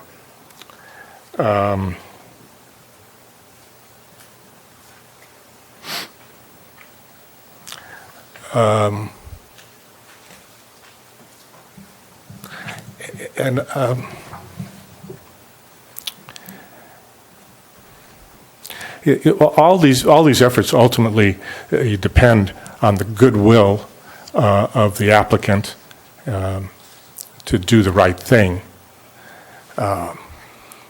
And it would certainly be true that our judgment of that goodwill would be a very important factor in our approach to any ultimate development plan. The credibility of the applicant this would be one of the first tests. However, to be realistic, the project of this magnitude, we're in all likelihood, it would be interesting if the applicant could shed any light on this, but it might be unlikely that the applicant is the ultimate developer of this project. And so the credibility of his behavior right now might not ultimately be of any importance in looking at the final project. So what am I saying? I'm trying to look at some incentives for the shorter term, that we all be good citizens in trying to live both to the letter and the feeling of these mitigation requirements. I'm reviewing my notes here.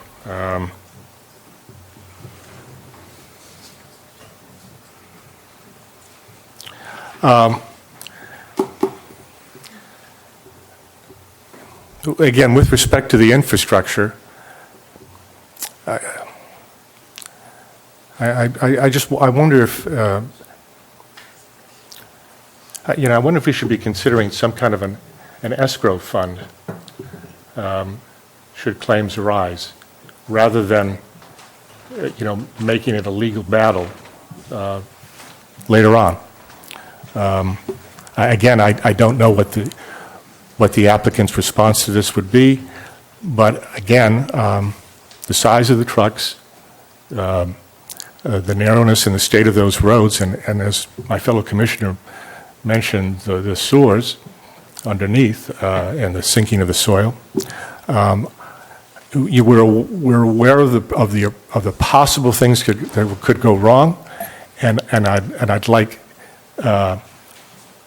not to simply leave these to be resolved as battles, as arbitration, as lawsuits. So I'd like to sort of formulate some agreed upon solutions in advance should some of these things arise. Let me see.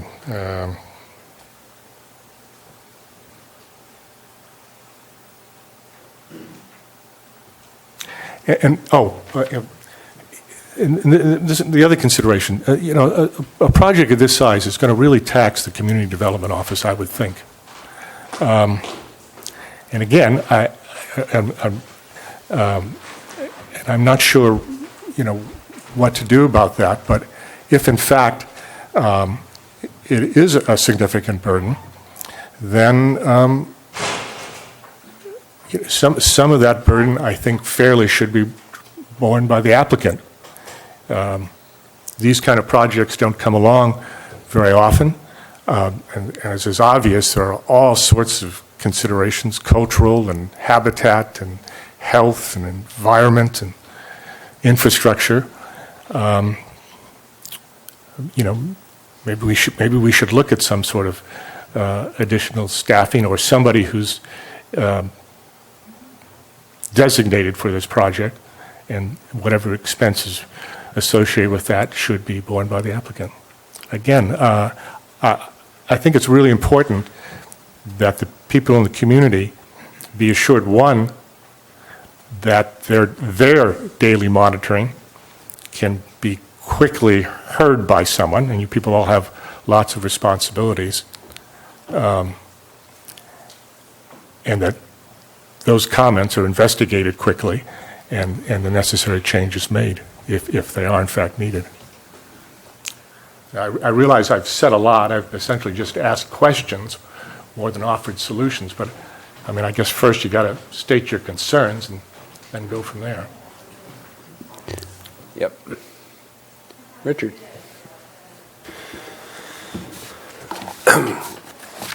Joan or Whitney, would you kindly put that one handout that I have on the overhead, and that way people can at least get it. And the reason why, what I'm going to put on the overhead is an article that was written back in 2008-9.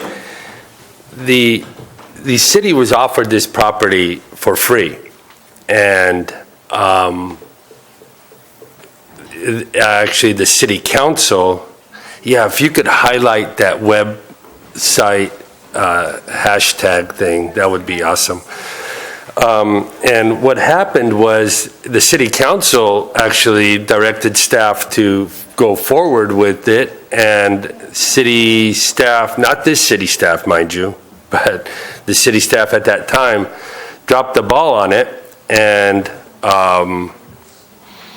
one of the things that was mentioned by the city staff then was, in that article, you'll see, if you read it, there was a critical path on this project and the site of environmental investigation.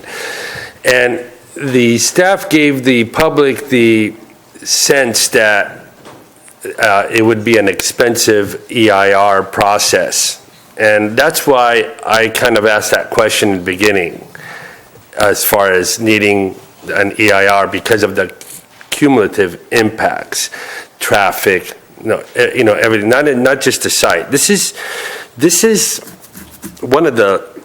a huge project of decommissioning a military facility. You wouldn't get a negative deck to take down the stacks, right? You would have to get an EIR, right? Possibly. I wouldn't compare the two. Well, I mean, it's a construction, it's a industrial facility. The fact that it's a military facility has nothing to do with the demolition. So yeah, it does. Because the military uses chemicals, uses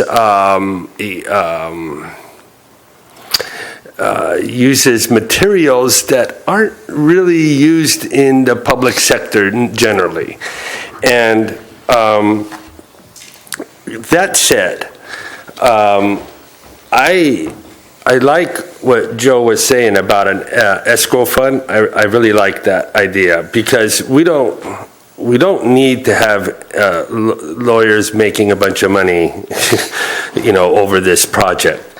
And the city attorney, I know he's on contract, so regardless if he right or wrong, they get paid. And then the collaboration of the different monitors and cohesion amongst that, I think that is very noteworthy.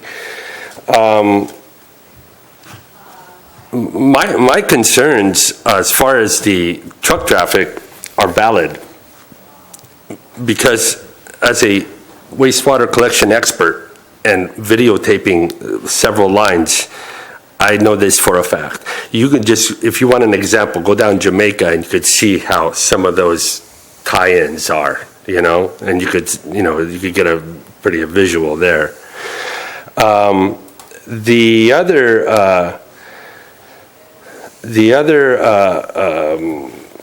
concern, there was like plenty of them.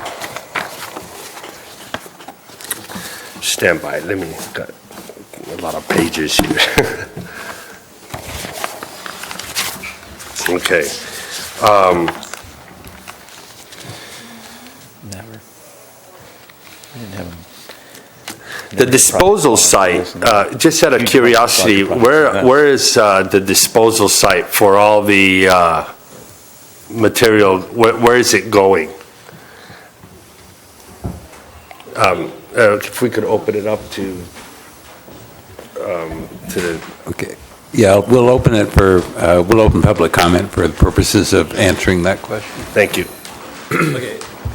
Are you referring to hazardous material or are you referring to something else? To just, as all your metal and all the, well, it's going to be hazardous material when you load it up, right? It's going to have lead on it and, where are you going, The metal can be recycled. Okay. And it will be recycled at Bedford's facility in Santa Maria. Okay. Any hazardous material will be delivered, will be actually transported by Pacific Petroleum. It was a large waste disposal facility. Okay. And that'll either go Kettleman City or there's another facility. I think I have that already in the notes. But okay. But the bulk of the metal will return to Bedford's in Santa Maria. Okay. I wanted to just add, I understand your concern with lawsuits and complaints, and if there's not some type of mechanism there, it gets worse and worse. And what we're willing to do, and if you want a condition that nothing further can happen to this project, if in fact there are claims, until those claims have been settled, we don't have a problem with that. And then in other words, the whole site will be shut down until we settle the claims, and we're not going to want that. And so we're clearly going to get on it immediately if there's a problem. And that way, that's better than an escrow account because, again, it's up to Whitney and Scott to work with us on the future of this project. And if there's a hole because of a claim on the demolition, that would have to be cleared before anything else could happen. And I don't have a problem with that because I don't want you to think that for some reason we're going to ignore claims if there are any. I mean, we're going to want those resolved because that's not only going to encumber the property, it's going to encumber the whole project, which is the last thing we would want. Thank you. Public comments open again. So if there's any other member of the public that would like to speak at this time that hasn't spoken before, please do so.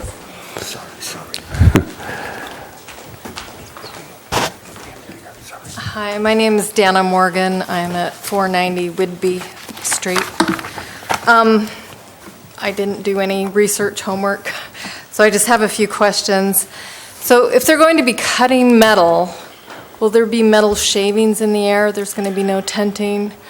Do we need, I watched a thing on the Wall Street Journal where they're cutting old ships for the scrap metal because there was a bubble set by China, and they're wearing masks, and it's a hazardous industrial operation, and we are going to live next to it. We're not going to have masks or suits. So has that been addressed? And then I witnessed there was a shack or a house that had plants growing in it, and the property owner a couple years ago needed to tear it down, and they started tearing it down, and it fell down and it broke the gas line.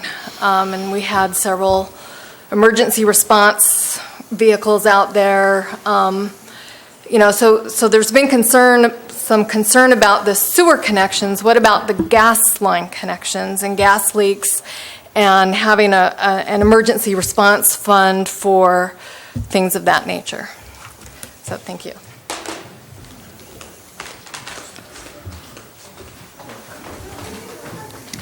I can just respond to that question pretty quickly if that's okay with you.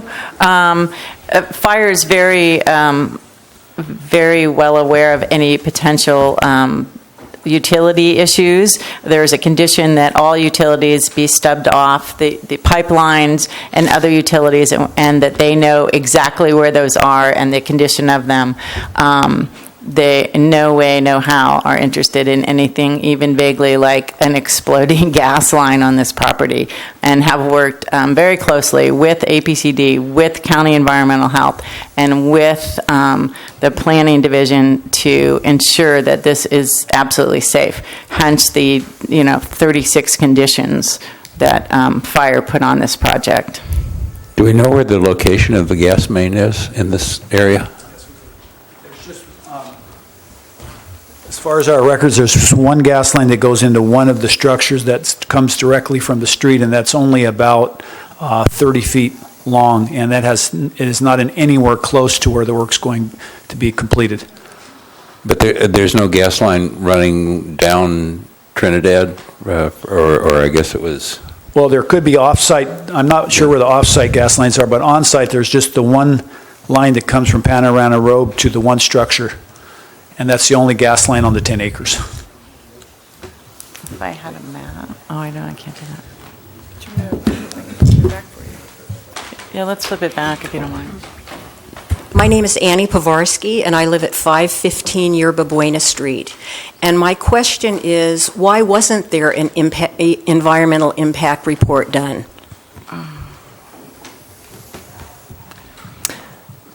The California Environmental Quality Act requires that we do environmental review. The beginning phase of that is what is called an initial study. An initial study addresses a number of areas of potential concern. All of those were addressed in the mitigated negative declaration that was prepared for this project, and it was determined that any potential impacts could in fact be mitigated to a less than significant level, hence the number of mitigation measures that are now part of this project description and were agreed to by the applicant. I think there was one more question or comment.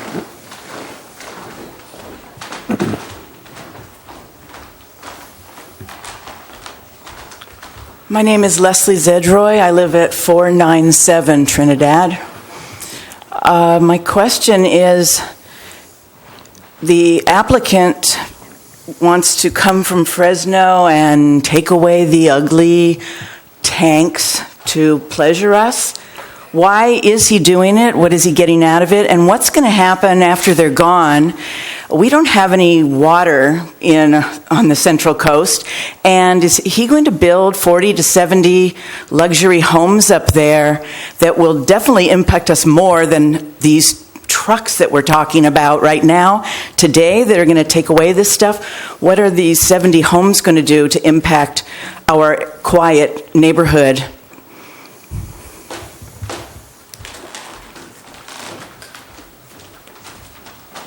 Anyone else?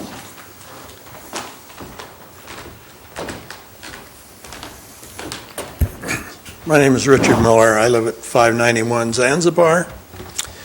I think it's admirable that you're going to have so many different county groups monitoring this. Have you ever flown on 2 airlines and had one suitcase get ruined? Who do you talk to? Airlines, it's always the other guy's fault. So you've got 3 groups plus the applicant and their hired person. Couldn't there be one person that we could talk to who's overseeing this whole thing instead of spreading it out over 6 different groups or 5 different groups? And everybody will hand the hot potato to somebody else, and we're just standing out in the cold. Thank you.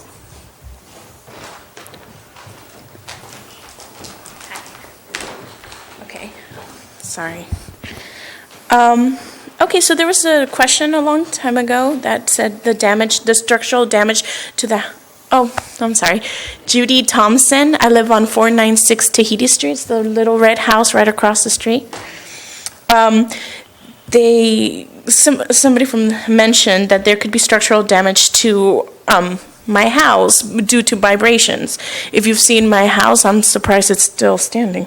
So that is a big concern of mine, and I'll be honest, you guys have probably seen the house. So that's one of my questions/comments. Also, I don't think it's fair to compare it to a garbage truck. They're comparing those trucks to garbage trucks. Well, my garbage trucks come, there's 2 trucks that come once a week.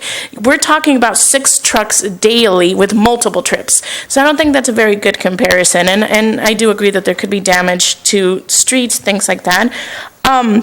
Also, I know that the applicant means well, but I didn't agree with what he said, whether if there's any allegations, any concerns or things, he would halt the project. Well, wouldn't that just lengthen the project altogether, leaving us potentially high and dry? So now we're going to be sitting there for how long now with this even worse eyesore or, things like that. So, thank you.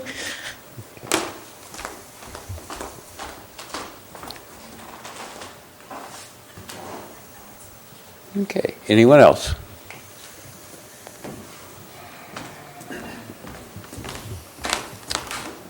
Terry Waller, 465 Cicely Street. I just had one other comment, and I think you planning commissioners have alluded to this, but it seems like it would be a really good idea to go and have a civil engineer just do an assessment of the streets and just figure out how bad the streets are, because they're spotty. They're in certain areas they're okay, and then other areas they're bad. And, in fairness to everybody concerned, it'd be nice to have the Public Works Department or a civil engineer just go and do an assessment, figure out where you're starting from, that's your baseline, and then go from there. But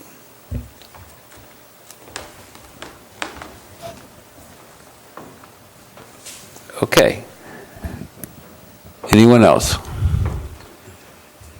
So we'll close public comment, bring it back for discussion. See what you started, Richard?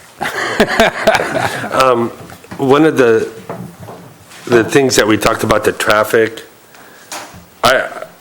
the idea of driving anywhere by Del Mar, anybody that has a kid at Del Mar, I mean,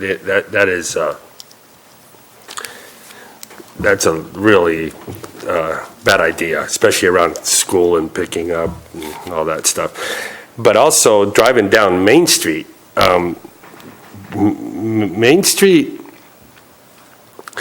Main Street already has issues. There's 2 sewer mains that run along there. One of the sewer mains is the 60/40 line, and that's another, like one of the speakers mentioned about, like, why are we doing this? Probably, for development.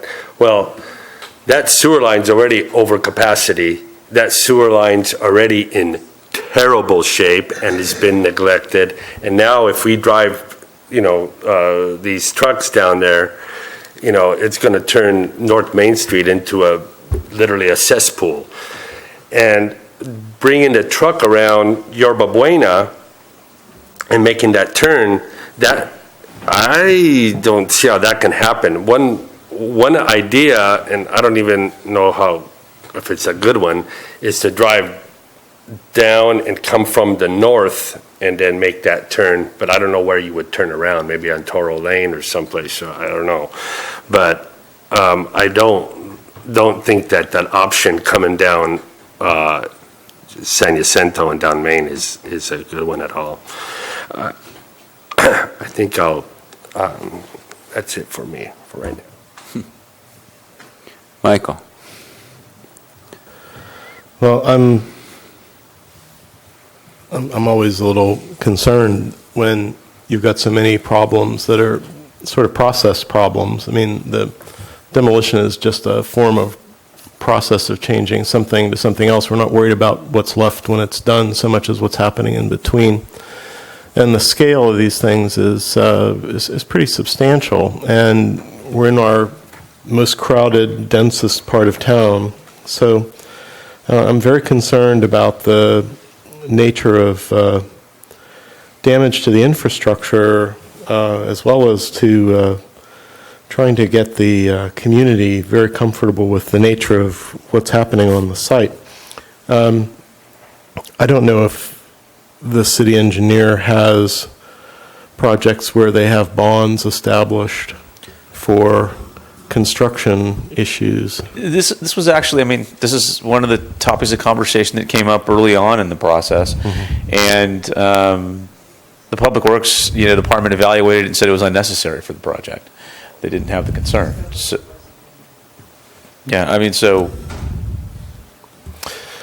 that's a concern of mine, and I guess it's a tertiary thing. People haven't really commented on it, but this is the start of an ESHA that's significantly degraded, and we really can't protect it for some of the project because the pipeline is within about 20 feet of the creek line.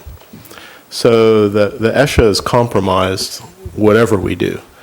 I'm really concerned that once that line does come out that's close to the creek, that then we begin some kind of process of protecting the ESHA.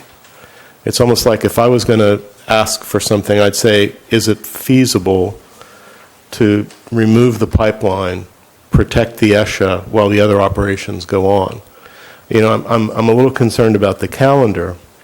I'm fine to talk about the nesting season, but if we start this in the middle of the rainy season and we've got denuded hillsides, we're going to get a lot of siltation potentially. And I know we have mitigation efforts, but we've got some pretty steep and substantial local conditions here. So I'm very concerned about the quality of the stream and how it impacts what's downstream from it.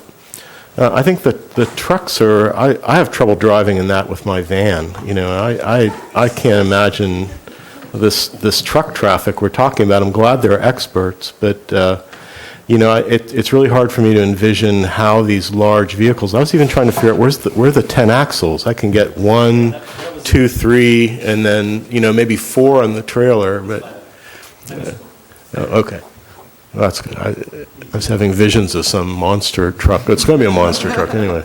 But there's a lot of truckage up there, and I just think this is such a sensitive neighborhood because of how constrained it is. This is where a lot of Del Mar population is coming from, and there's going to be a lot of walkers there.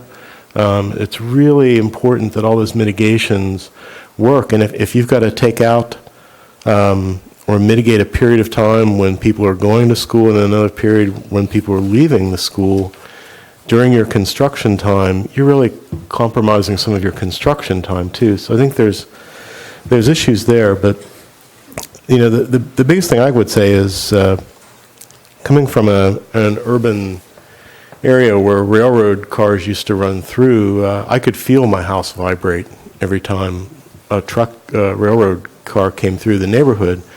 And we've got layers of clay here, and the clay is actually kind of stiff sometimes. And I'm surprised how much the trash trucks and things vibrate my house. So I don't think the idea of vibration is necessarily something to try to dismiss on the thing at all because of the nature of our soils. So I'm a little concerned about these are massive trees, and I'm a fairly big proponent of where we have the capacity to retain large trees, we should, and if not, enhance them. So I would want to see a more than one-to-one replacement on these trees. I'd actually prefer they be on site, because right now there's nothing to the northeast there to impact or be concerned about large trees impacting someone else's building footprint there. I have a feeling they're growing there because of the nature of the berms that are there now. They kind of pocket the water, which gives the trees a source.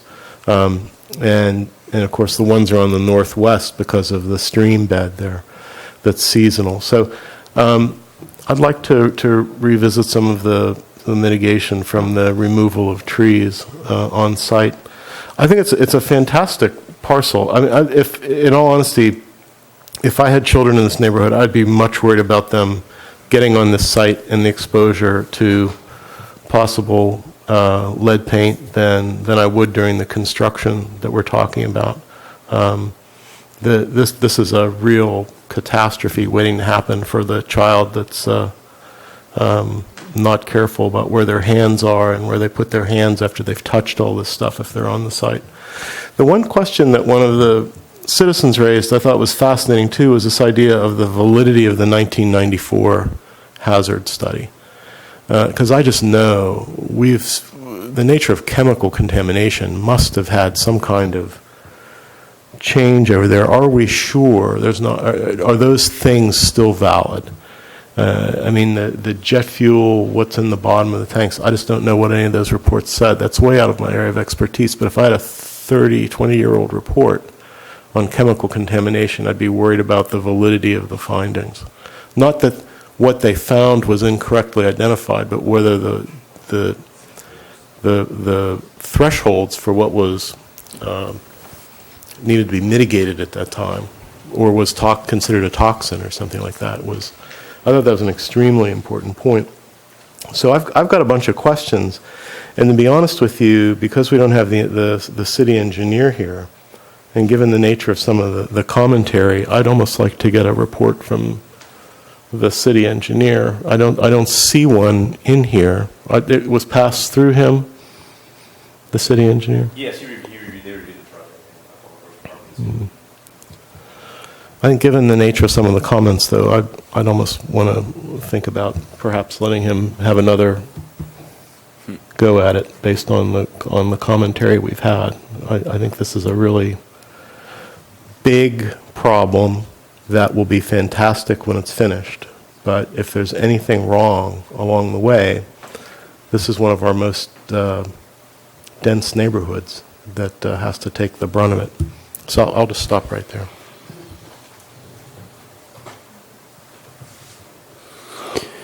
Well, I agree with a lot of the things that have been said so far. I think it's important to realize that, however, whatever toxic materials, and lead paint being the one that we know is there, are on the site are not going to go away by themselves. And these tanks are eventually going to deteriorate in an uncontrolled fashion. So exercising all due caution, I think the best option from a health and safety standpoint is to remove these materials in a controlled manner. And this gives us the opportunity to do that with the appropriate safeguards. I guess I'm kind of with you, Michael. I'm not sure what the appropriate safeguards are. These gentlemen are probably much more versed in that area than I am, and to some extent, I feel inclined to rely on their professionalism. I mean, this is what they do for a living. They know what they're doing, and they are having a hygienist, a monitor of sorts on site, who is granted being paid for them, but a contractor, not an employee,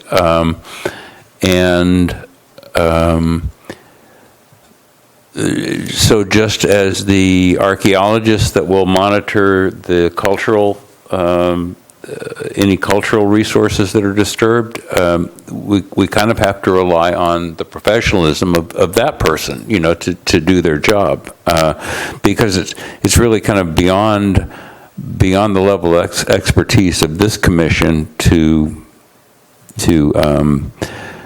be too specific on how that should be done. I do think in terms of the infrastructure, it would be,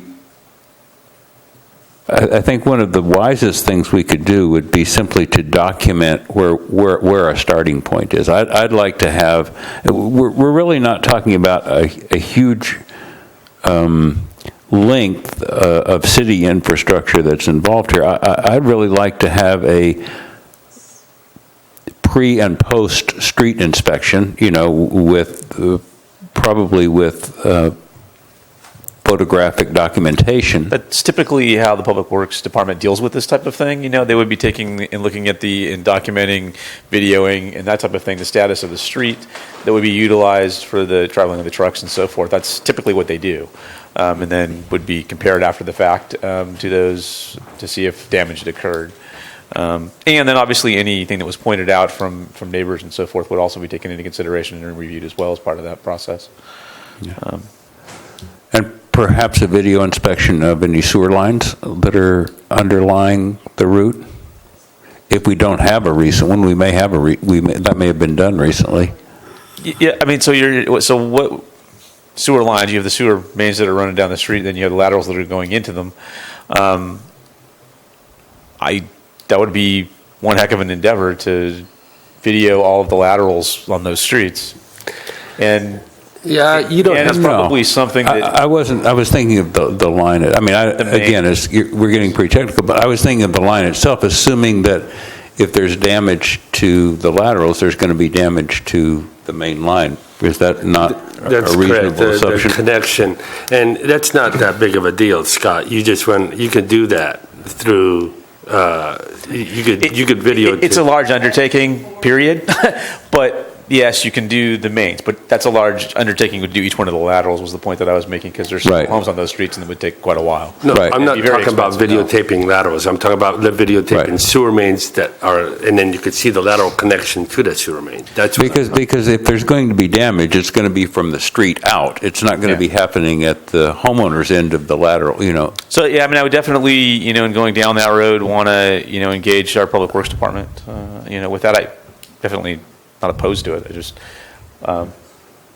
like to have them involved with that decision, and for them to provide input. At least we should know the locations of gas lines that are gas mains that are going to be subjected to these stresses. I don't think there's necessarily any way to inspect gas mains, but at least we should know where they are, so that if there is an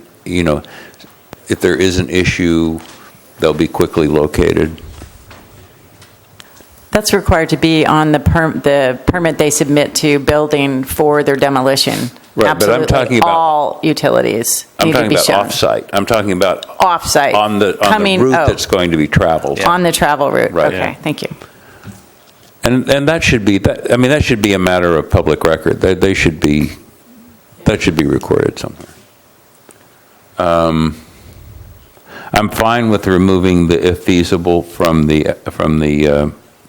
ESHA protection with regard to the nesting season. The goats, I think, are gone.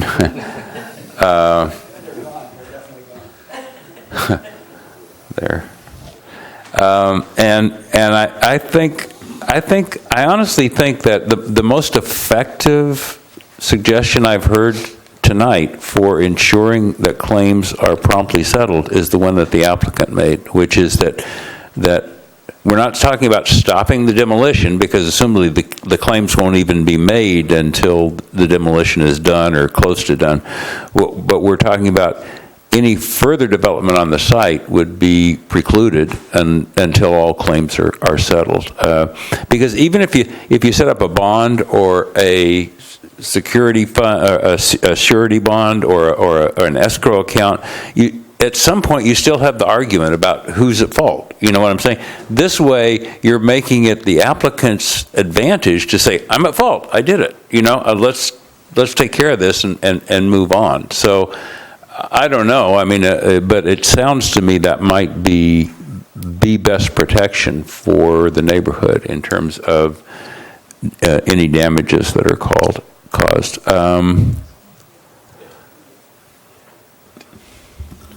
Whitney's point was we should probably get some input from our city attorney.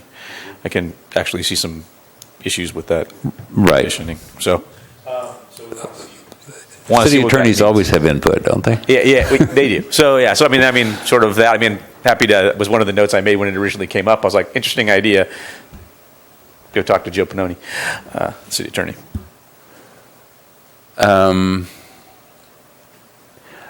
I do have also concerns about traffic with respect to the school, obviously, but also with respect to the Yerba Buena Highway 1 Main Street intersection, where they all kind of come together. As I understand it, the loaded trucks will be traveling north on Main Street and then turning and going south on Highway 1. Is that correct? But if the light at Yerba Buena is red, if they can't make that turn initially, a truck that size is really going to occupy the entire intersection. I mean, that's it, because You could only fit one truck in the turn lane. and no other vehicles. Correct. That's correct. So, I agree. I mean, it's only 6 times a day, I guess. So you can say, well, it's not that big a deal. So maybe that's the case. I just think the circulation plan needs to look at that intersection as well as, that could be eliminated if the trucks were coming down Yerba Buena. They could just stop prior to getting to the intersection. But there are other considerations. I think the circulation plan has to consider that. That's all.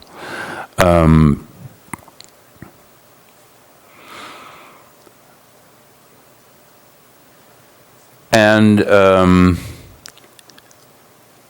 the other thing that really, having driven those streets several times today, I don't see any way that a good-sized truck and any other vehicle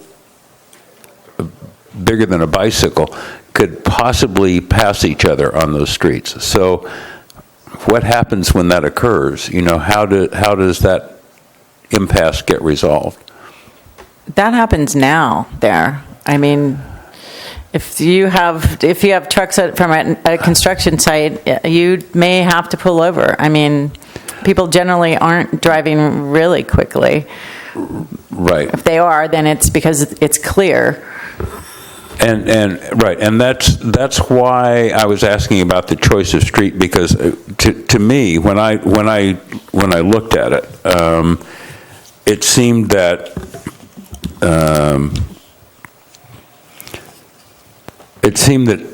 Sicily and Tahiti were actually the 2 streets that had the least opportunity. I guess Tahiti's not that big an issue because that's just going to be guys going to work, but Sicily seemed to have the least opportunity for people to get over, whereas Trinidad and Yerba Buena seem to be a little bit wider, have a little bit more off-street parking, or curbside parking, I guess, parking in the setback. So that's something to be, that's a factor to be considered in coming up with the circulation plan. Maybe there are alternate ways of getting in and out of the site that would work. Just all of those factors need to be factored in when the circulation plan is developed.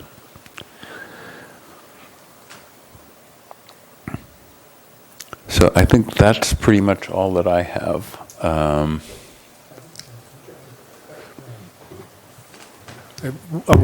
Actually, 2 questions occur to me.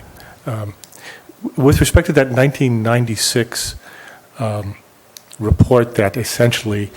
Closure report? Yeah. Essentially said that the tank in the site is reasonably safe. I mean, this is in layman term. Is that in the sense that this is a 1996 self-contained tank and in that state presents no danger?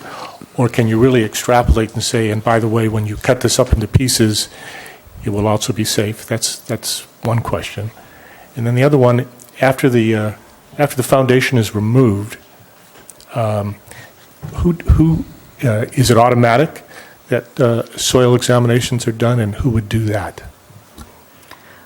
In 1996, when the site was closed, it was closed by the Department of Toxic Substances Control at the state level, overseeing also at the federal level because it was their property at the time. It was also, that closure was also reviewed by the Water Quality Control Board, and that was after 5 years of monitoring. Because it was a jet fuel site, there were benzenes and some other hydrocarbons, as you would expect, in the soil samples and even in some of the groundwater monitoring wells. Those levels at that time, I think a couple of them barely exceeded the required stipulated thresholds. It was determined that because the property was to remain as it was at the time, with the tanks there, no other development was proposed, that it posed no damage left as it was. No damage, no danger to anyone working there or residents based on those current standards. Right now, for these guys to get their above ground tank removal permit from County Environmental Health, they need to demonstrate, this is a regulation, that what is in the tanks, what is in the pipelines, and how the pumps are even constructed meets current standards for any kinds of hazardous material. They will have to do atmospheric testing. They will be capping these, assuring both mainly our fire department, but also County Environmental Health, that it's safely capped, that the pipelines leaving the site are safely capped off, as well as any other utilities that are left unused at that site. So there are some differences between 1996 standards and now, and as part of this process, they have to demonstrate compliance before they even go on site to begin any demolition activities. And I'm sorry, did you mention soil testing? Because I And they are required to do shallow level soil samples. In 1996, most of the soil testing was 4 to 5 feet or further deeper. They are required by County Environmental Health at this time to also test 2 feet and less, just because, first of all, that potentially affects people working on the site, and that is the level of disturbance that's likely to occur with removing some of these underground pipes. Well, can I suggest, to kind of move forward, that Whitney had some suggestions for additional provisions and I thought they had merit, so maybe we should just take a look at those again and see what we think about them. One of them had to do with some concerns about damage to the lower stream corridor before it's culverted closer to Panorama, and mainly related to the goats grazing there. So this was one, within 1 week of conclusion of demolition activities, fencing shall be erected to preclude goats or any other livestock on site from accessing and degrading the stream corridor to the satisfaction of the community development director, and or all livestock shall be removed from the site. Might be how that would be changed, given the applicant's stated intention to have them be gone. Would it be feasible to do that, given that they've got to remove that pipeline, which is... This would be at the end of the work that they do. And I did talk with Coastal Commission staff, and I even called them and said, oh my gosh, I'm going to the Planning Commission, and I sent you this MND, and I sent you my staff report. Where are your comments criticizing my work? And they said, no, we like this. We would as soon, frankly, see those pipelines taken out now. It's in their opinion, it was the least... It was the best course environmentally for the Esch area. At that point, once all that stuff is removed, then to fence it off and allow it to do what it would do. And then the next step would be any future development proposal would definitely scrutinize that area and probably end up with some kind of park-like trail, 50 feet at least on either side as a buffer. That's kind of the next step. But the first step was to get out of there something that is, as you stated, basically deteriorating in place and not really desirable. Sorry, that was kind of a rant.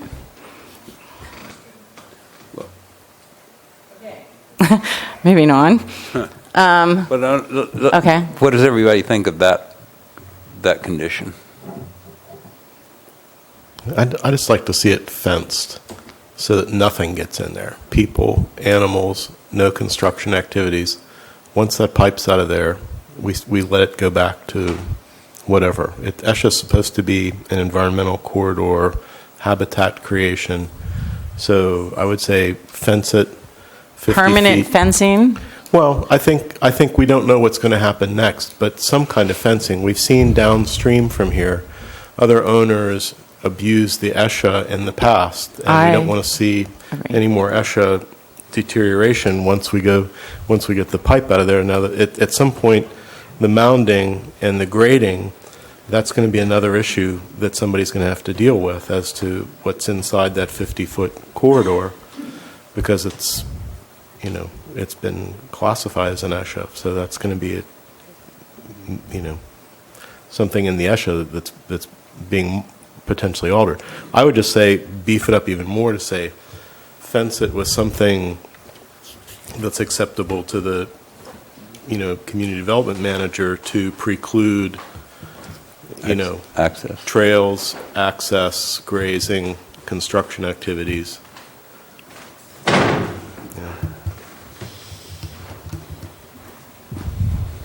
Does fencing affect the ESHA value? In other words, it also precludes rabbits, foxes, ground squirrels. You may not want them. I'll leave it up to the community development director what kind of fence it should be. I just don't want to see motorcycles, goats, ground squirrels. I think we definitely want to keep construction activities away from it for sure. And livestock. And livestock, yeah. I mean, the damage those can do can be substantial. So. And I like the 50-foot protection now, as soon as the pipe's out.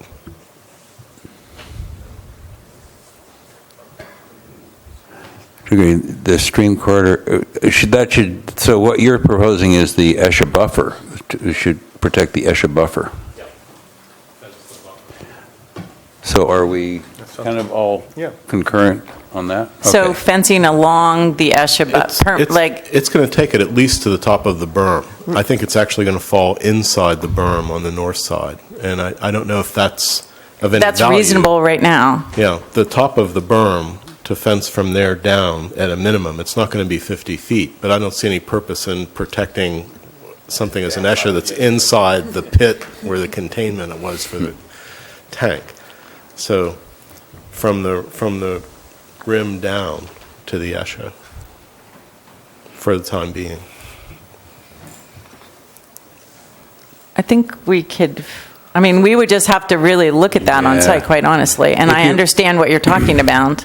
But if you really want to clarify, what you're talking about now is really sort of clarifying what the future of that area is. And I would say just use the ESHA buffer because it's more clear cut.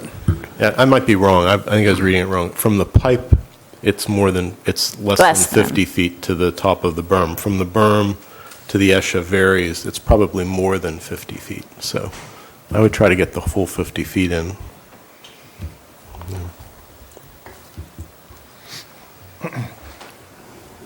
Okay, we can work on that.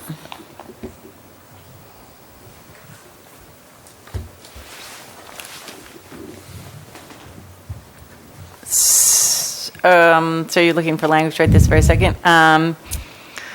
Within 1 week of conclusion of demolition activities, fencing shall be erected. No, that's the one we just did. Okay. All right, I thought you wanted me to refine that further, but it looks like we'll bring it back. Okay. The other one had to do with coordinating with Del Mar School and drop-off pickup time. Some people were concerned because the circulation plan indicated that at some time it might be better to use that San Jacinto intersection rather than the Yerba Buena intersection for reasons you discussed a minute ago. And so this was a condition looking at coordinating with the school to preclude trucks moving through there during their typical drop-off and pickup times.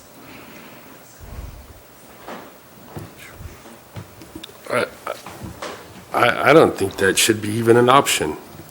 Because?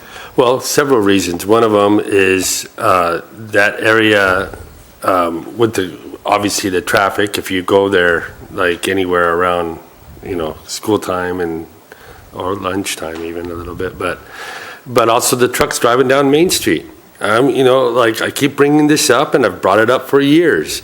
You drive those trucks down there, and that infrastructure is already crumbling. Okay, it's already crumbling. So how do you propose for them to access the site? Well, either access it through Yerba Buena or go past, turn the truck around someplace up north, and then bring it back down, and then bring it in through Yerba Buena that way, off the left turn lane only on going southbound on 1.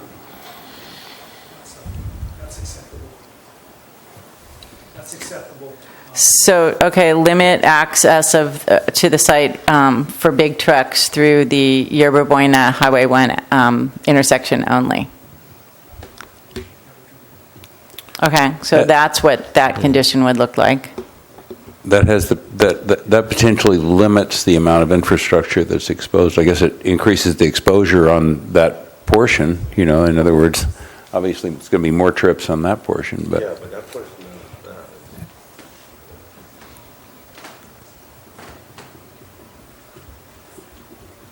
Okay. This had to do with the trees. There were two things, but this one had to do with the replacement trees. One thing that could happen, we were looking to defer that replacement, so either we specify like a 24-inch box tree to account for the lag in time. I also discussed with Public Works the possibility of them planting replacement trees on city properties in other locations. We, for instance, have some empty street tree wells along Pacific, that kind of thing, and that way the applicant could just take care of the tree replacement now, and that is an option specified in our major vegetation removal policies, and then we wouldn't be trying to track something for 5 years. So this was an alternative option that I wanted to present to you, that prior to final inspection of the demolition project, the applicant would plant 5 15-gallon replacement trees on city properties in locations and in the manner specified by the city engineer. Species shall be subject to approval of the city engineer consistent with the city's urban forest management plan, which specifies different zones of the city and trees that do best in those zones, as an alternative to 5 years on site or wherever. Whitney, is it absolutely necessary to remove those Monterey cypresses? Well, some of them are rooted beneath the tanks, so those are going. Okay. There's like 3 of those at least. I think there are 3 of those. There's a myoporum, which is also damaged and diseased and should go anyway. Yeah. And then there is a tree close to one of the entries, which is already partly fallen down and is leaning, and so they determined that that would be one that should be removed. So really, of all the trees, and there are quite a few of them, there are big stands there that would be left intact. And the arborist report notes, again, like fencing and signage and the usual at the drip line kind of thing to retain those. Frankly, in a lot of ways, those trees are, valuable to the property because they are so mature and they do provide habitat value. Have we ever asked people to plant trees in the ESHA?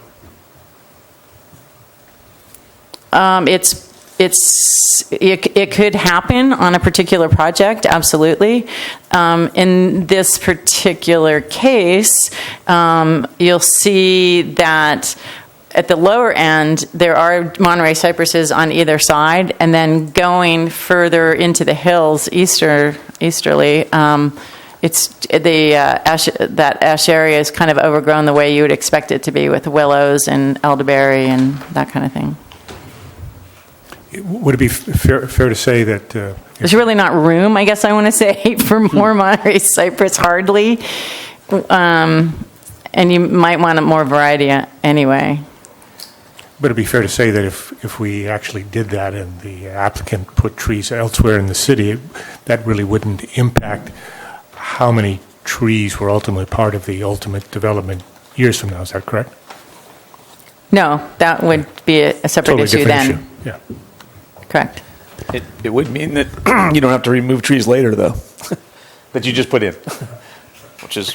So, I'm just, how did you get 5? Because I thought it was a 2-to-1 replacement for 3 cypress. It's 2-to-1. Our policy is 2-to-1 if you're using 5 gallons, or 1-to-1 if you're planting 15 gallons. You could specify something larger. In our street tree wells, typically, though, we would plant 15-gallon trees, and a lot of people feel that there's not that much difference between a 15-gallon and a larger tree in terms of, 5 years later, they're the same size. Right. Kind of same goes with 5 gallons, potentially, depending on the variety.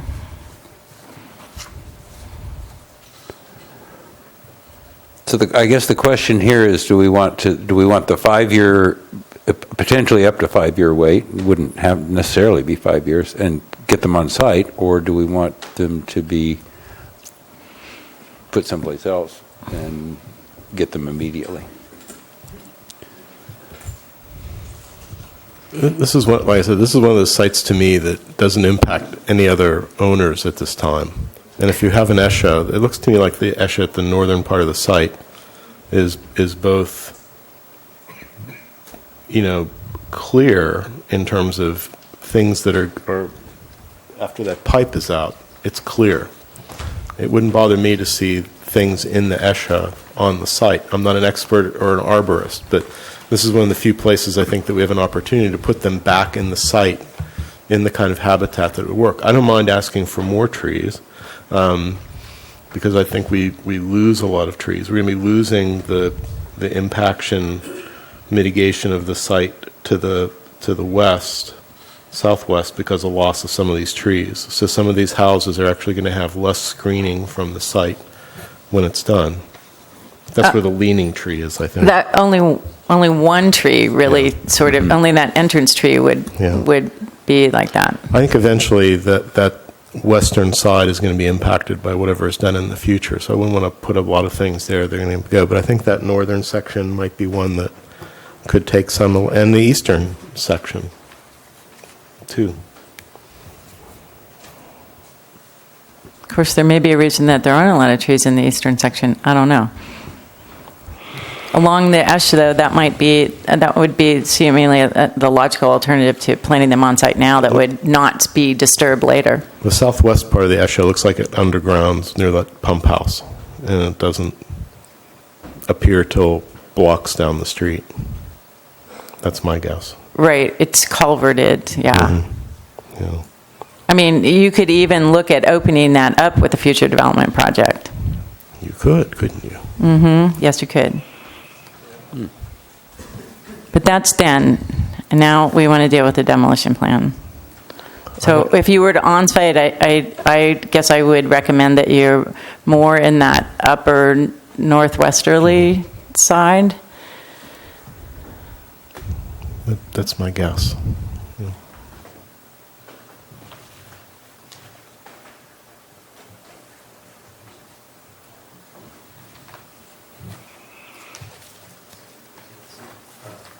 Well, with respect to the tree issue, personally, I just think there's just too many vagaries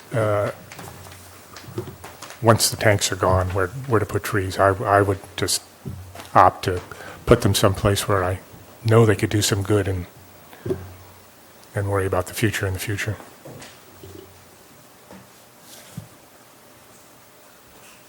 I kind of tend to agree. I would I think there are probably areas in town that, well, I'm sure, I know there are areas in town which are crying out for trees. probably to a greater extent than this site is. I would just be intended to go with, I would tend to go with, let's do it now and get them planted and take care of them. Let the seeds from the other trees on the site do their thing. I mean, that's how the ones that are there now got there, right? So those were the mitigations that I had attached to this slide presentation. I would note that if we were taking action tonight, that the N1 mitigation regarding noise really should read 8 to 4, and erroneously it's in the attachment to the resolution for mitigation measures, it says 9 to 4. So I would recommend that change. And then there was the question of the nesting birds. So that is... To remove the if feasible clause. Right. Yeah.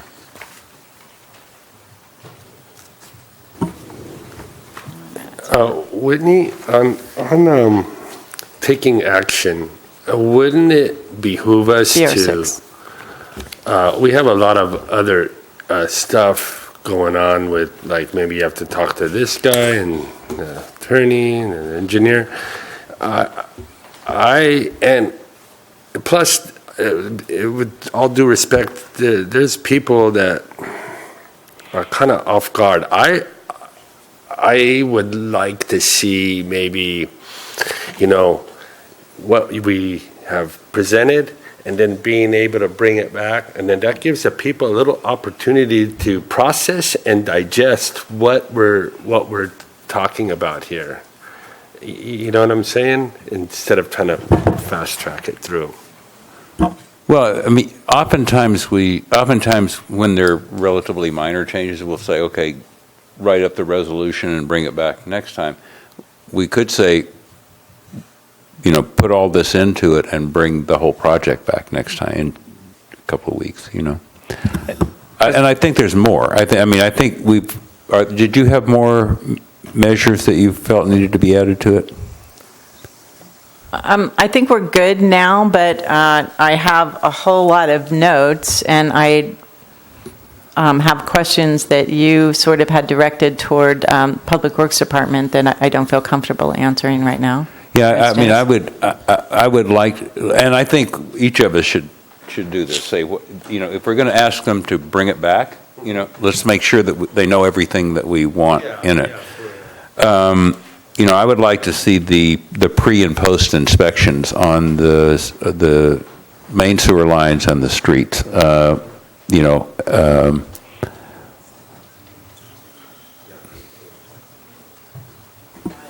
I agree with you on that one. I'd like to see if there was some way that we could, I think I've been watching too many Judge Judy's because she always talks about videotaping. If there was something that we could send out to residents that say, look, take your iPhone or your video camera and go videotape your house. You know what I'm saying? So that if there is an issue later on, you'll be able to document that it wasn't broken before the process started. I don't know if there's a way to, I don't know how we would get that out, but, I'd like to see a condition, I'd also like to see a condition that, as someone in the audience mentioned, that there be a point person, perhaps the hygienist, but, that they would have a phone number and an email address to contact that person with any issues. Yeah, that is I forgot to mention, that is a great idea. Just a go-to person, and that can do that. It's a cohesive. Got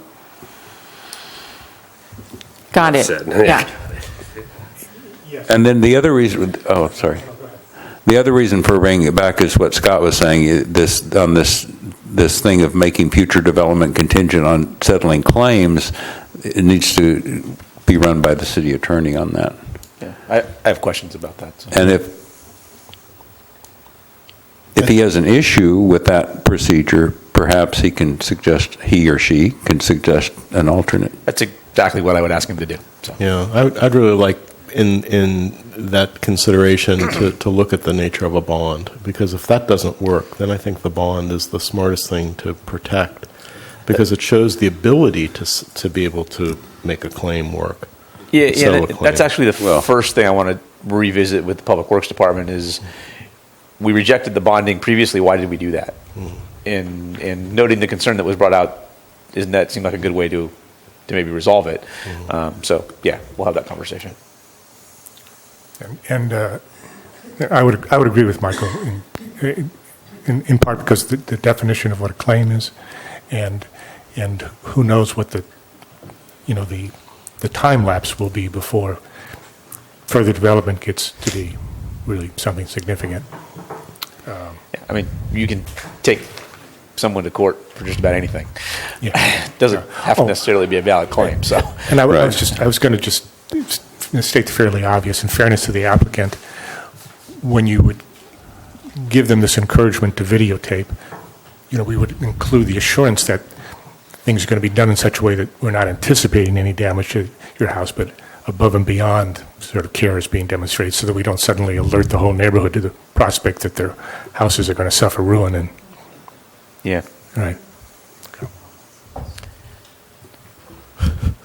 If I'm not mistaken, when if we do check the sewer, we're liable to find some people have work to do right now. It's like going to the doctor and getting an X-ray. We're going to find all sorts of things somebody may have to do to their house. And Scott, and while we're talking about water, not in the not too distant past, we had a major water line break there in that area. So we did. Yeah. So just give it the old once over twice. Yeah. Fair enough. Could we investigate too if there was a well, and who has rights to that well? I know today they probably couldn't re-drill it, but if it's there, is that something that we can acknowledge? Yeah, by our codes, not in relation to this project, but were it to come forward for future development, it would go over to the city. That's the requirement from our code. So, is that it become the city's, but not as part of the. I mean, I don't know. There's a nexus for the demolition permit because they're not proposing a use out there at this point. So. Well, if there's a water well there, isn't that something that would be discovered during the process? I mean, unless it's just a hole in the ground now and nothing else there. I mean, but if there's a pump and a well. So they have a pretty comprehensive plan of what's out there. It doesn't show a well. And there was no well on it. Okay. I mean, not saying that's definitive, but it covers most of the infrastructure that's out there, and there was no well on it. So. They filled the water tank up from city water? Is that? They had a city water line, yes. That was probably, truth of the matter is, that was probably an emergency supply for fire, wouldn't you think? Yes. Yeah. Okay. Have we covered everything? Have we given you enough direction, enough thoughts? Do you have any questions for the commission? How are you?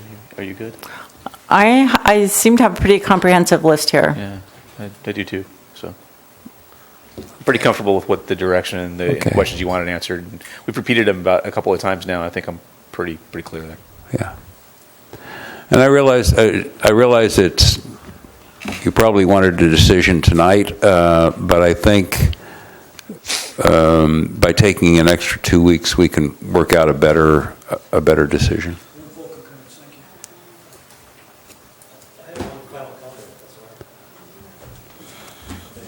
Okay, we'll open up public comment for. Yeah, I mean, I actually wanted to address the residents. I'm glad you guys came, because as the person who's going to be on site most of the time, I appreciate all your concerns and what you're after and what you're looking to do. And I'm an open book and I have an open door anytime. If I'm there, if you can't come on site, but if you're out in front, I'll come out and see you, I'll talk to you.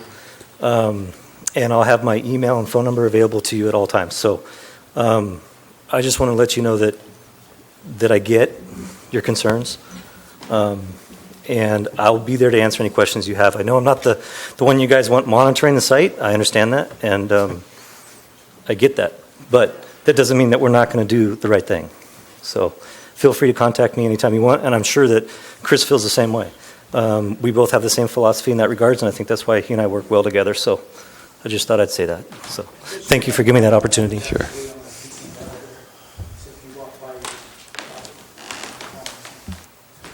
So public comment is open. It's open to everyone. Anybody have anything that they'd like to say at this point?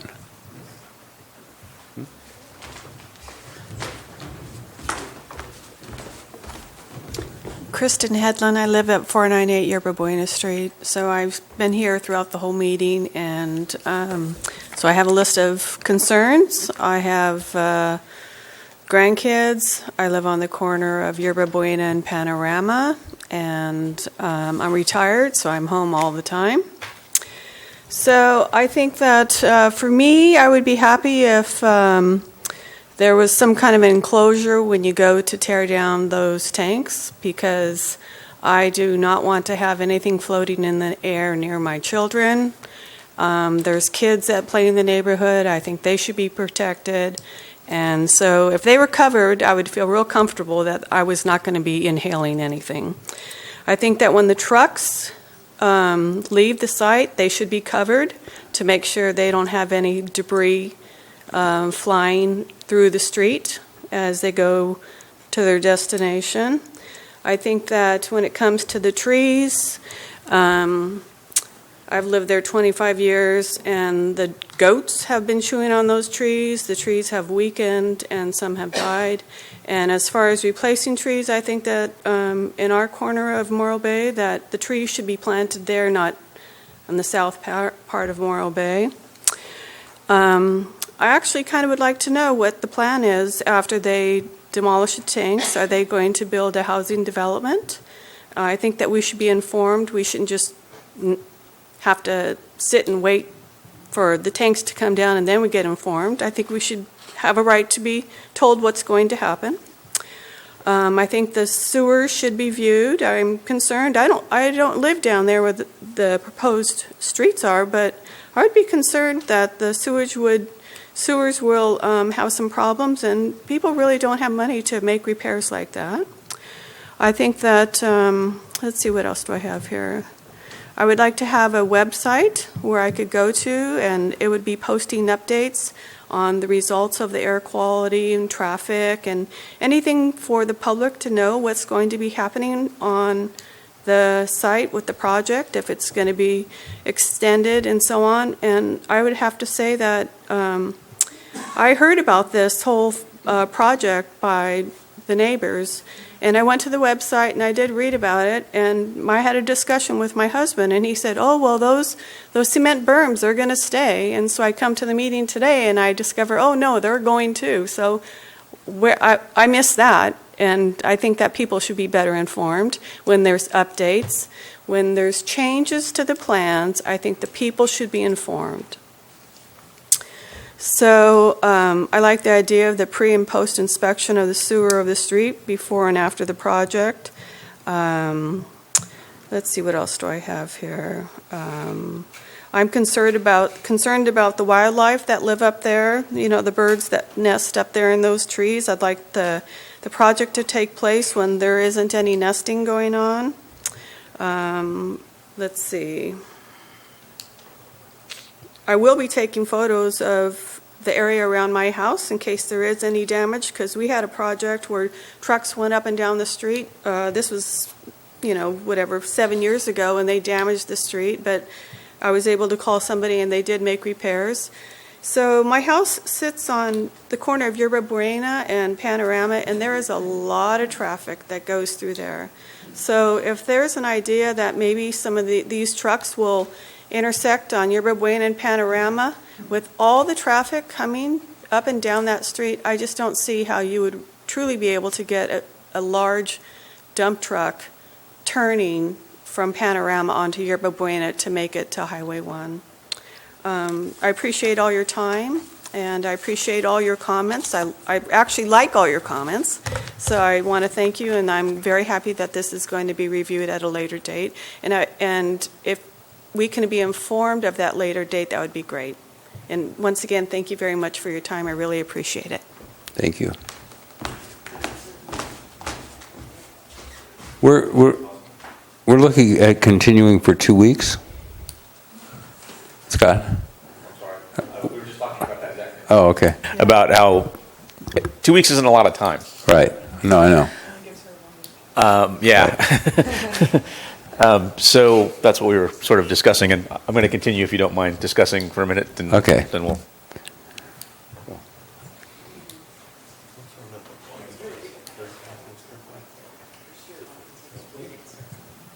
Says out loud. So here's the issue. If we continue it 2 weeks and we don't have all the information, then a lot of folks are going to think that we're going to be having the meeting and we're not going to have the information available to them. So I'm concerned that we won't. I'd probably rather, continue to the first meeting in October. So I'm sure by then we can have all of the the questions answered that they have. So I think we'd like to go to the first meeting in October. I think first meeting in October. Yeah. Okay. So. I just don't want the neighborhood to come back out here and then we're not ready and we're asking for a continuance. That's exactly. No. People they're spending their time to come out here that we should be ready to present, and I would be unfortunate if we weren't. So. Okay. So then we need a motion to continue. I move we continue CPO 500 to the first meeting in October. Second. Which is what? So we have a. It's October 4th. Is that what it is? No, let me. Okay, Mr. Trying here. October 4th. Yeah. Oh, okay. 10-4. So we have a motion. We have a second. Do we have any discussion on the motion? What is going on with my phone? Seeing none, could we have a roll call, please? Certainly. Commissioner Lucas? Aye. Commissioner Sadowski? Aye. Commissioner Ingrafia? Yes. Chairman Teft? Yes. So October 4th? October 4th. Okay. You heard it on TV. So now... We will renotice too, though. Oh, absolutely. Yeah. No, of course. So it's 9 o'clock. Let's take a break till 9:10. Does that work? Is it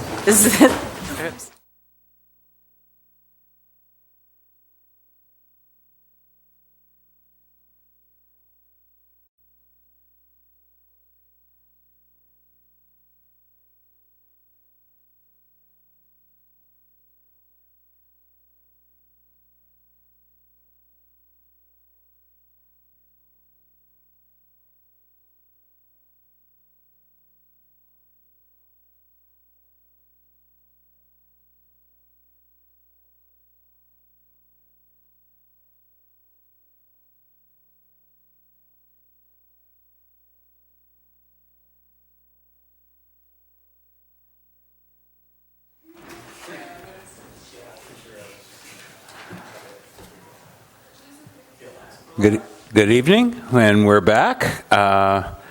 Moving on to public hearing item number B3, which is case number UP0-394 and CP0-512, involving a proposal for the corner of Main and Cabrillo Place. And Joan is going to give us a lowdown on this. Thank you, Chairman Teft, and good evening, gentlemen.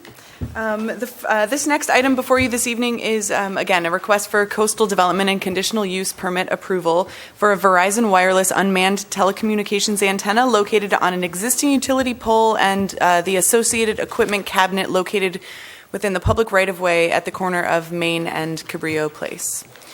Staff have received comments from the public with regard to this project, some of which are attached to the staff report as Exhibit E. I've also given you commissioners a copy of a few letters that were received today, extra copies of which are available on the table. And also, above and beyond these few items of correspondence, I've also received 2 different phone calls, both of which were in support of the project. So it's pretty much a 50-50 split of people with concerns and people in support of the project. I guess the biggest reason in support is because there's an apparent dead spot down there in that area. The proposed project is located on the east side of Main Street at the south end of the city, just north of the entrance to the state park. This image shows the project site and the existing utility pole as seen from Main Street, looking towards the southeast. And I have a few other views that are a little clearer. Specifically, the applicant proposes to establish a new unmanned cell site to be co-located upon an existing PG&E utility pole. The project proposal includes the development of an associated equipment enclosure located at ground level adjacent to the utility pole, which includes radio, remote units, a generator receptacle, wireless meter, and a manual transfer switch. This is the site plan showing the proposed development. The red arrow indicates the location of the antenna atop the existing utility pole and the associated equipment enclosure. The access door to the equipment enclosure slides open and will therefore not interfere with bicycle or pedestrian or vehicular traffic, which was an issue at a previous site. Elevation drawings illustrate the proposed project, existing utility pole with the antenna located on top, and the associated equipment cabinet. So this is a photo simulation looking to the north. It shows the proposed project site and the existing conditions. It's a little bit hard to see in that smaller image embedded there in the bottom left, kind of showing the before and after. And this shows the same, just from the different angle. So as part of the submittal requirements for telecommunication projects, a radio frequency report was completed and submitted to the city. This report evaluated the impact of the development on the surrounding area and concluded that the facility would operate well under the maximum limits allowed by the FCC. A post-construction compliance report has been included in the conditions of approval, which are found in your resolution. The radio frequency report recommends training of appropriate personnel and the marking and posting of explanatory signage. After review of the project proposal, staff recommends that the Planning Commission conditionally approve the project by adopting Planning Commission Resolution number 19-16, which includes the findings and conditions of approval, and the site development plans date stamped received May 26th of 2016. Also, I have one final slide that I added. A couple of the correspondence that we received today, people were concerned about the site distance issue coming down Caprio Place onto Main Street. So those two top images are, I was at the white line, at the stop line, and you can kind of see in the city car, I just snapped a picture sitting in the driver's seat. You can see the utility pole, this one, and then I just zoomed in with the zoom on the camera, looking at the same thing. So the equipment cabinet will be located, looking at the pole, the equipment cabinet's going to be located to the left of that utility pole. So just for clarification's sake. And that's it. I'm happy to answer any questions you may have or give it my best shot. Okay. Are there any questions for staff at this point? I just one question. Mm-hmm. Did you get any alternative siting possibilities for this? That's a great question. We did. This project actually came in.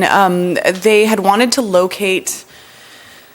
I wish I could give you a good example. Let's go. So as Main Street bends, as you're leaving, you're heading north, you're leaving the state park, you're heading north on Main Street, and the Main Street curves to the left, and then it curves to the right again. Right at that curve to the right is approximately 184 Main Street, and they had initially wanted to locate there. However, Public Works had an issue with safety. If they had to do any sort of upkeep or any sort of work on that facility, then we were worried about traffic impacts on those two blind corners. So we had them do some research and find an alternative location. So that's the area adjacent to the condo development that's there, that's just right down the street from it. And the issue was, if you were going to be parking a utility truck there, to be maintaining the equipment that would be located there, it would force cars out into the opposing lane of traffic on a corner that didn't have great sight distance, and so that was the concern. And so this was probably the next closest place that had an area where you would be out of the way of the right of way, and that situation wouldn't persist. So.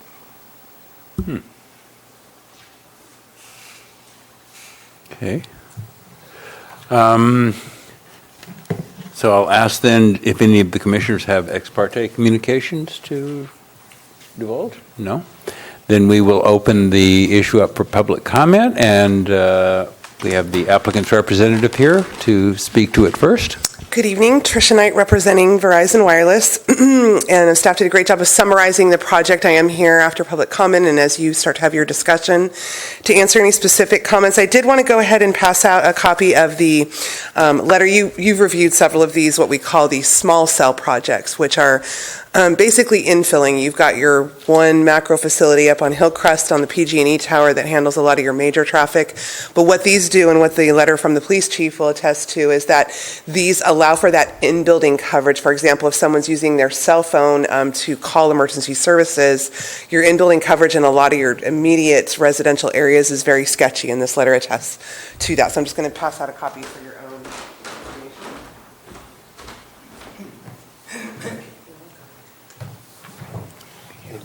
Thank you. And so initially it was the police department that contacted Verizon as a result of that inquiry is how we've had these, I think this is our fourth and final.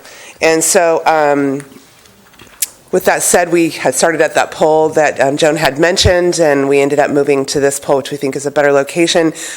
There's about 50-50 of people wanting the service because they agree that there is that need, and then a few that have some concerns. So I'm here to answer any further questions.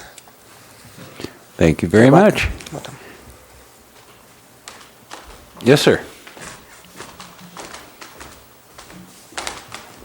My name is Joe Atanello. I live at 790 Cabrillo Place, just 2 doors up from this proposed location. And I've got a very big concern about the safety. That Cabrillo Street comes down to Main Street at about a 70-degree angle. That's not a 90-degree intersection.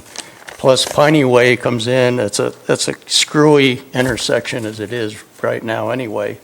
And, you know, we use that street coming down Cabrillo several times a day.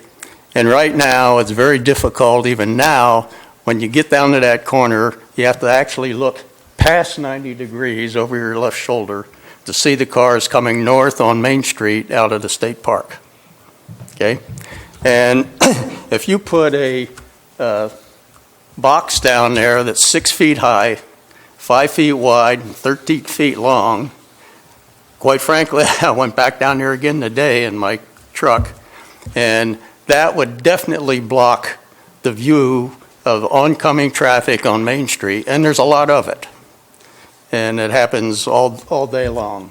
And so, you know, one of my concerns is, excuse me, right now you always tell people that they can't put anything higher than 3 feet fencing or whatever in front of their property. Putting a 6 foot high box down there at this location definitely blocks the view of the traffic. And one of the things I would propose you do, if you don't believe me, is make a mock-up. Build a little mock-up, put it where they're planning on putting that, and then take a look at how that blocks your view as you come down Cabrillo looking for oncoming traffic heading north on Main Street.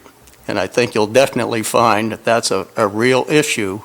And as some of my neighbors have sent you letters that live on Cabrillo also, pointing out that same issue. And, you know, one of them even indicated that he's putting you on notice. If you do that and there's a significant traffic accident there, you can sure bet there's going to be a lawsuit about it. So I think you should definitely consider that. I've looked around Morro Bay. I don't see any other cell sites stuck in the middle of town in Morro Bay. You're the Verizon person. Do you have any in the middle of town? We're in construction on a few of them, yeah. There's 2 others that we have. They're similar to this, but I can address your equipment concern whenever you're... Okay. And so that's definitely a major concern. Excuse me.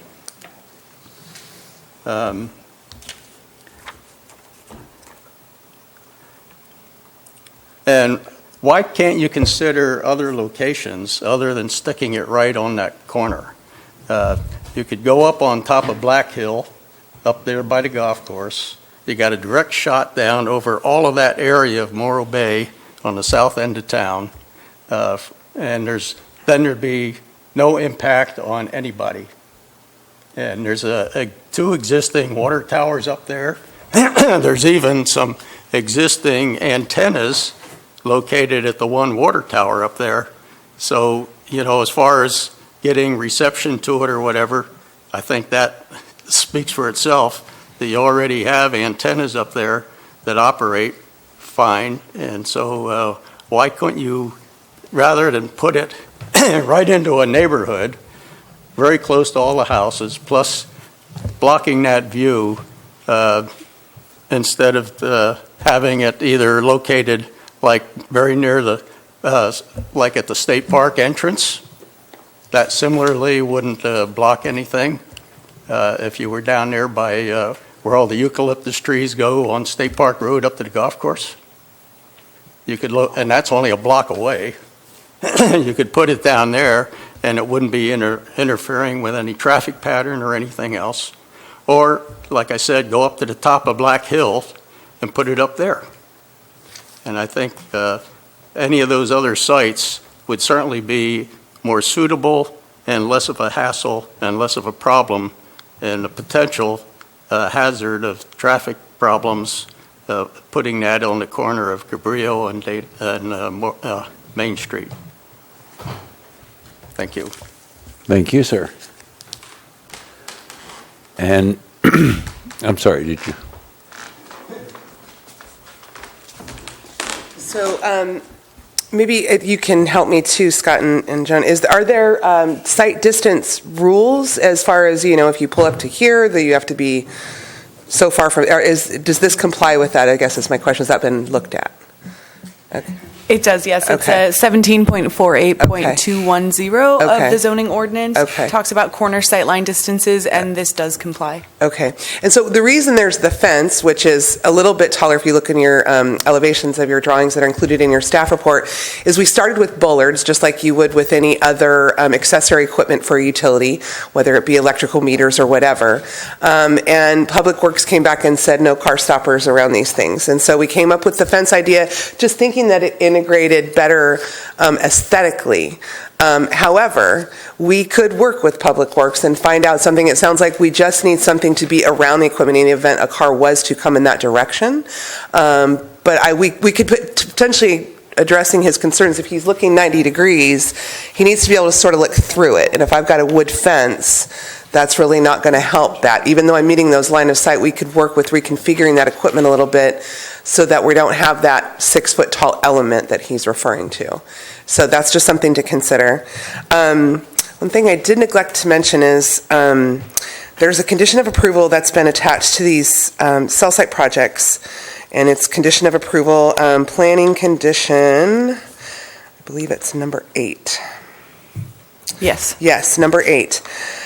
So it's the minimum 72-hour backup, and we're finding that this is becoming very problematic. One of the only ways to get that much backup power is with a very large generator. Typically, the generators that we have for our full cell sites, which are on your hillside up above the city, are about 48 hours. So you have to go bigger fuel storage, bigger equipment space, and everything. We have a project at 800 Quintana that we're just struggling to get that to fit and also make the property owner happy. So bottom line is I am going to be requesting this evening that these small cell facilities, we have a generator receptacle that is included in the plans. In the event of an emergency outage, the batteries go for 6 hours. If anything longer, a generator would be brought from the Santa Rosa, San Luis Obispo, stockyard that they have for generators and wheeled out in the event of a true emergency. There's not enough room here. Generators require testing. It's just not the right setting. And so we're struggling with this condition more and more. And so I'm asking the commission to consider the receptacle that we would have that could have a plug-in generator as satisfying that requirement or rewording that requirement. And so I am asking for you to consider that tonight in your deliberations. And also available to answer any questions. Okay. Any questions at this time for the applicant or the public? I'm sorry, I don't think I understood the last statement about the generator. You're asking permission to perhaps put a generator on site? No, so if you look at condition number 8, which is on your Exhibit A, page 4 of 6, it's a minimum of a 72-hour backup power to this facility. When this was originally, Commissioner Luer is the one that brought this condition to sort of the standards. It was for a macro facility, and a macro facility is a larger number of antennas, usually a larger equipment space. You've got multiple cabinets. These are what we call small cells, which is one antenna and a very, very 64 square foot equipment area. And so you go looking for right-of-way facilities, being that we're a utility. You look for small spaces that you can fit into, and that just doesn't make it feasible for the generators on these small cells. Even if we're on a commercial property, we're having to take up parking or squeeze it in between a fence and a building, it becomes more problematic. And so I'm asking, in this, especially this particular instance, so that we are in the right-of-way, that a generator of that magnitude there's just not enough room, let alone the testing and so on and so forth. However, I'm not asking that there not be backup power. Like I said, we will have a receptacle that's shown on the plans that in the event the batteries last 6, we roll that guy up in the event that there was a 3-day need for it. Mm-hmm. So I'm just asking you to consider that this evening. Okay. Michael. I'll go ahead and...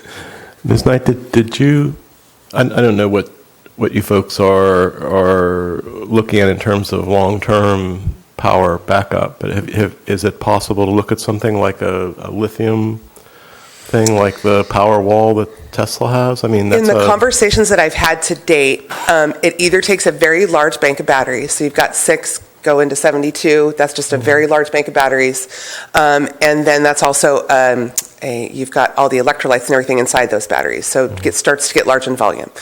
And then just doing research, trying to figure out, because on this other project we got approved, we're having a really hard time, there just isn't anything viable that's going to be able to be tested on a regular basis, that's been tested over time like a generator is. And so right now we're sort of generator or nada, or the receptacle. And so those are the options as I've been doing the research since my last project before you. I just know from doing a lot of work with photovoltaics and backups for house-size installations, which probably draw more power than this is going to draw. Mm-hmm. I just don't know all your ins and outs. I just know that more and more people are going to the lithium kind of thing, away from the car battery kind of gang, which mm-hmm. sounds like that's the thing you were looking at, because those things are actually fairly compact. They're not that large at all.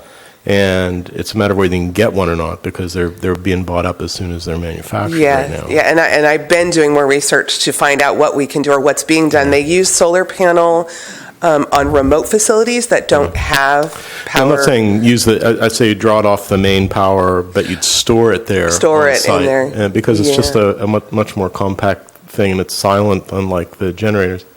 I guess the other question I had is, do you have any images of the one that was installed on Quintana? It's not installed yet. We're just about finished with our building permit.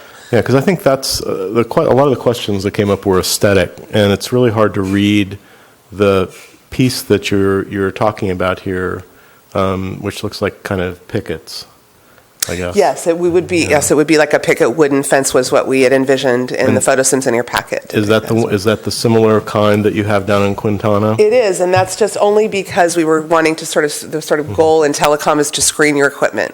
But it doesn't always. We can work with Public Works to satisfy their requirements while making that bulky box lower, and so that if someone needs to get at that 90-degree angle, they're looking over the top of it, and sometimes almost through it because you don't have slats one by side. So that was my vision on that. Okay, well, then we will close public comment, bring it back to commission. Thank you. We started at that end, so let's start it with Michael. I know Ms. Knight thinks I've got a voodoo doll of her or something, but I really don't. I just think aesthetically the thing is lacking. This is one of our premier intersections as we go into one of our major assets. I don't think the screening is right. The city asked my neighbor to take down a flagpole that wasn't nearly this tall, and now we're extending a piece of infrastructure up at another high priority visual intersection. So to me, this is aesthetically flawed, this site and this solution.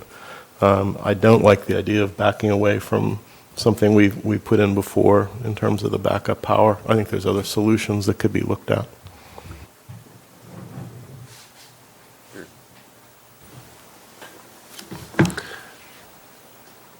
I am concerned with what the gentleman had with the traffic. You know, granted, we could be within a code, but we're here for, it's subjective. We're here for like public, for the traffic. So if Jen could bring the slides back up that she showed, this will actually show you that it doesn't block views down the road.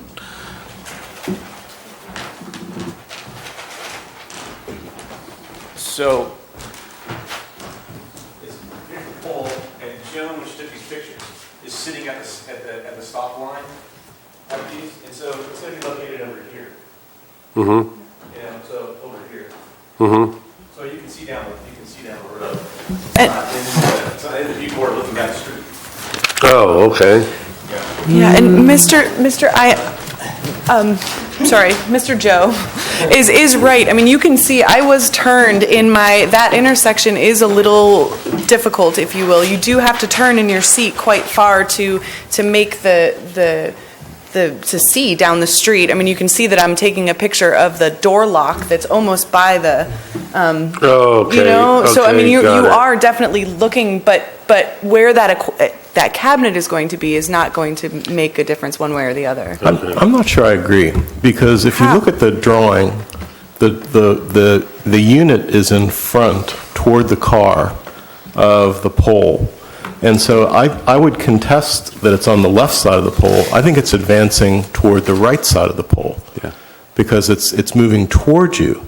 And so the pole is actually behind it.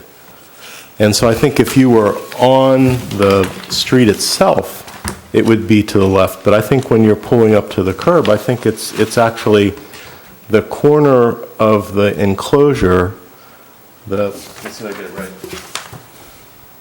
The southwest corner of the enclosure is pretty much where the pole is in this line of vision. And the northeast corner of the enclosure, I think, is also going to be in line with the pole. So the bulk of the box, I think, is to the right of the pole on this one. Yeah, if you look at photo simulation viewpoint 3, that sort of bears out what Michael's saying. Show it in the front. I see what you're saying. So it might extend moving it forward because it is forward of the pole, coming towards us where we're sitting right here. I see what you're saying. I think you might be right. I think it probably does stick out further beyond the edge of the pole. So it might clip a little bit of the view down the street. Yeah, it's one of those things. I actually thought we've asked for story poles on houses before where we've had visual issues. Mm-hmm. This is a pretty important intersection. This could be moved, though. It's sitting there, but it could be slid back so it doesn't extend beyond the pole. Mm-hmm. So, that's probably the simplest solution for it. It gets it out of the sight distance, thing. Now, it doesn't do anything related to the aesthetics the issue that you brought up, but it does. Your concern related to sight distance, it can be pushed back so it doesn't block any more of the view than that is sitting out there right now that we're looking at. It can be moved so that's the case. You know, Scott, this, first of all, to be just blunt, putting in infrastructure without a plan, this piecemeal, it's like I've said it before, every time we get a cell tower, we need to have we're referencing a general plan when, cell phones in a car were the size of a shoebox, So rightfully so. This is one of our objectives for fiscal year 16-17. Part of our goals is to develop the wireless ordinance. So we will be doing that. but we won't be starting it until after the first of the year. We have a couple other things that are teed up right now that we're working on, signs and small things, sign ordinance and some of the other code enforcement things that we related to, RVs and whatnot. Yeah. But so after we get done with those things, we'll be moving on to the wireless ordinance. But that said, it's like we have these things that are coming through, continuously. And then I've brought up bird migratory issues. I brought up compounding, coupling of frequency waves, relative to where other cell sites are, like we had on that one building. But when you have something like this, I don't think it's a bad idea, to do a mock-up and go ahead and put a temporary, and just that way at least the public, the people that live there, can get a feel for what's going there. That just, I don't know. It's common courtesy, kind of, Joe?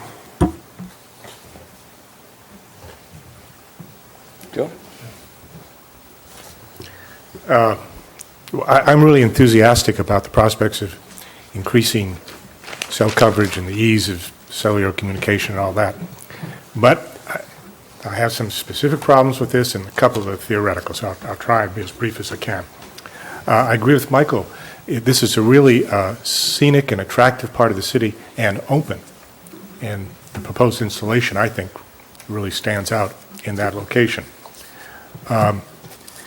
In an era where if we should be thinking about, and if we had resources, we would be thinking about making utilities less obtrusive and putting them below ground.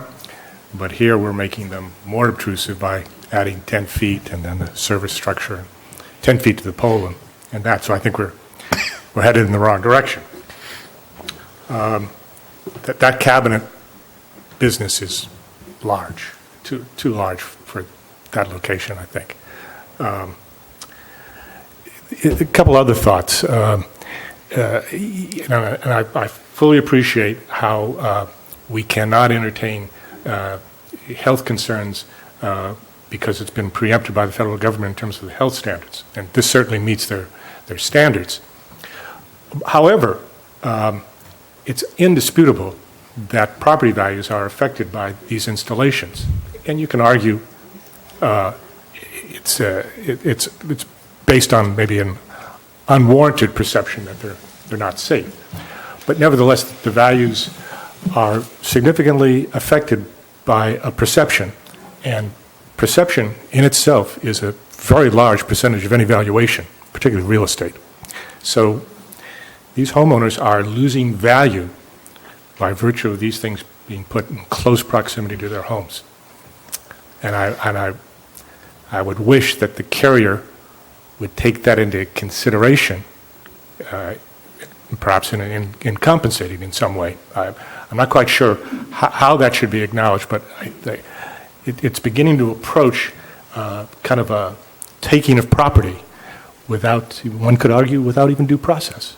Okay, but most importantly, this issue has really interested me, is because we are presented with a sort of a fait accompli.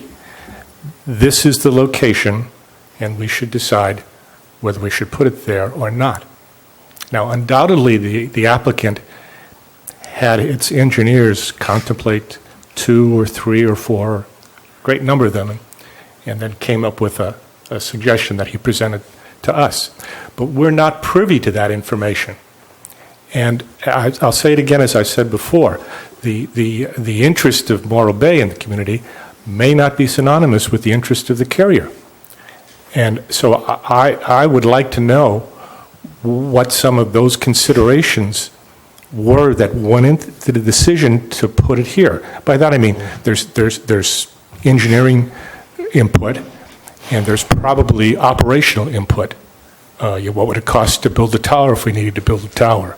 What would it cost to put it on the anchorage, the cabinet, someplace that was perhaps less accessible?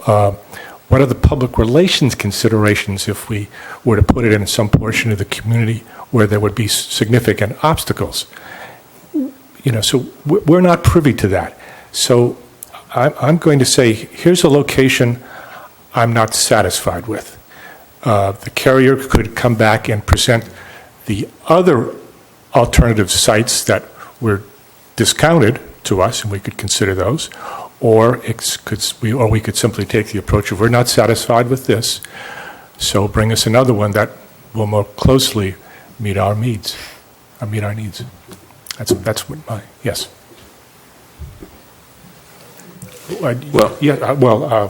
If that's all I have to say, so. I'm going to be pretty direct on this one. Number one, I was out there. I drove out there and looked at the intersection, looked at the sight lines, and there's no doubt in my mind that this particular location has some impact on safety at that intersection, particularly with regard to the visibility of traffic coming north on Main Street and cyclists. I'm concerned about cyclists popping out from behind that box, particularly. The second issue I have is just basic fairness. Our current ordinance would not allow the homeowner whose house is on that corner, to put up a fence higher than 3 feet in the front setback, which is further from the road than this structure would be, and yet we're saying, yeah, but Verizon can put up 6 feet in that location. I mean, I realize it's not against code, okay, but it sure looks unfair. It smells unfair to me. And so the only way, I don't have a problem with the antenna on the top of the pole. I think that's I don't think many people are looking up that high as they drive by here. I don't have a problem with that. What I have a problem with is the ground equipment. And honestly, the only way I could support this at this location would be for it to be subterranean, to put it underground. I realize that'd be more expensive, but we do it with sewer lines. I mean, I guess it'd be cheaper to put the sewer lines on top of the ground too, but we don't do that. So I'm not sure why we should put this stuff on top of the ground. I just can't support an above ground equipment installation at this site. And truthfully, it would be difficult for me to support that in most residential setback areas. I just don't see it as being very compatible with very many neighborhoods. I have a little bit of reservation about the placement of that sign too, but that's not on the table tonight. So I'm not going to be able to support this item.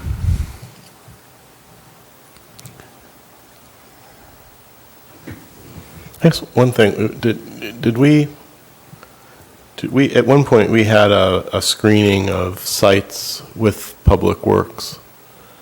I mean, it strikes me that something like this fits more in with something near the waterfront. I mean, we've got docks and things down at the park there.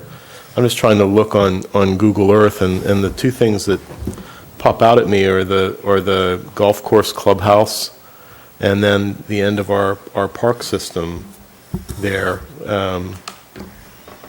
And neither of those is terribly far from, this location.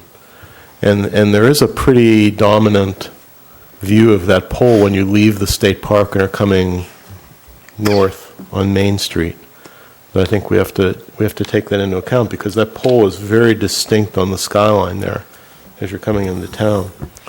But it just strikes me that I don't know if we did a co-location survey that far down south. I know we talked about one in the downtown part, looking at the different sites that we had, but I don't know if we ever looked at the waterfront down there, or I guess that's the state, or I don't know if the clubhouse is something that's run by a vendor, or if the state actually runs that there. But that looks, I don't know. That's, I mean, the state would have to sign off because the golf course is on state parks property. Yeah. But I mean, there's also the park at Bayshore Bluffs, and that's got a public restroom building that could probably be enlarged slightly to accommodate some of this equipment. I mean, I think there's a lot better options for getting coverage in this area. Or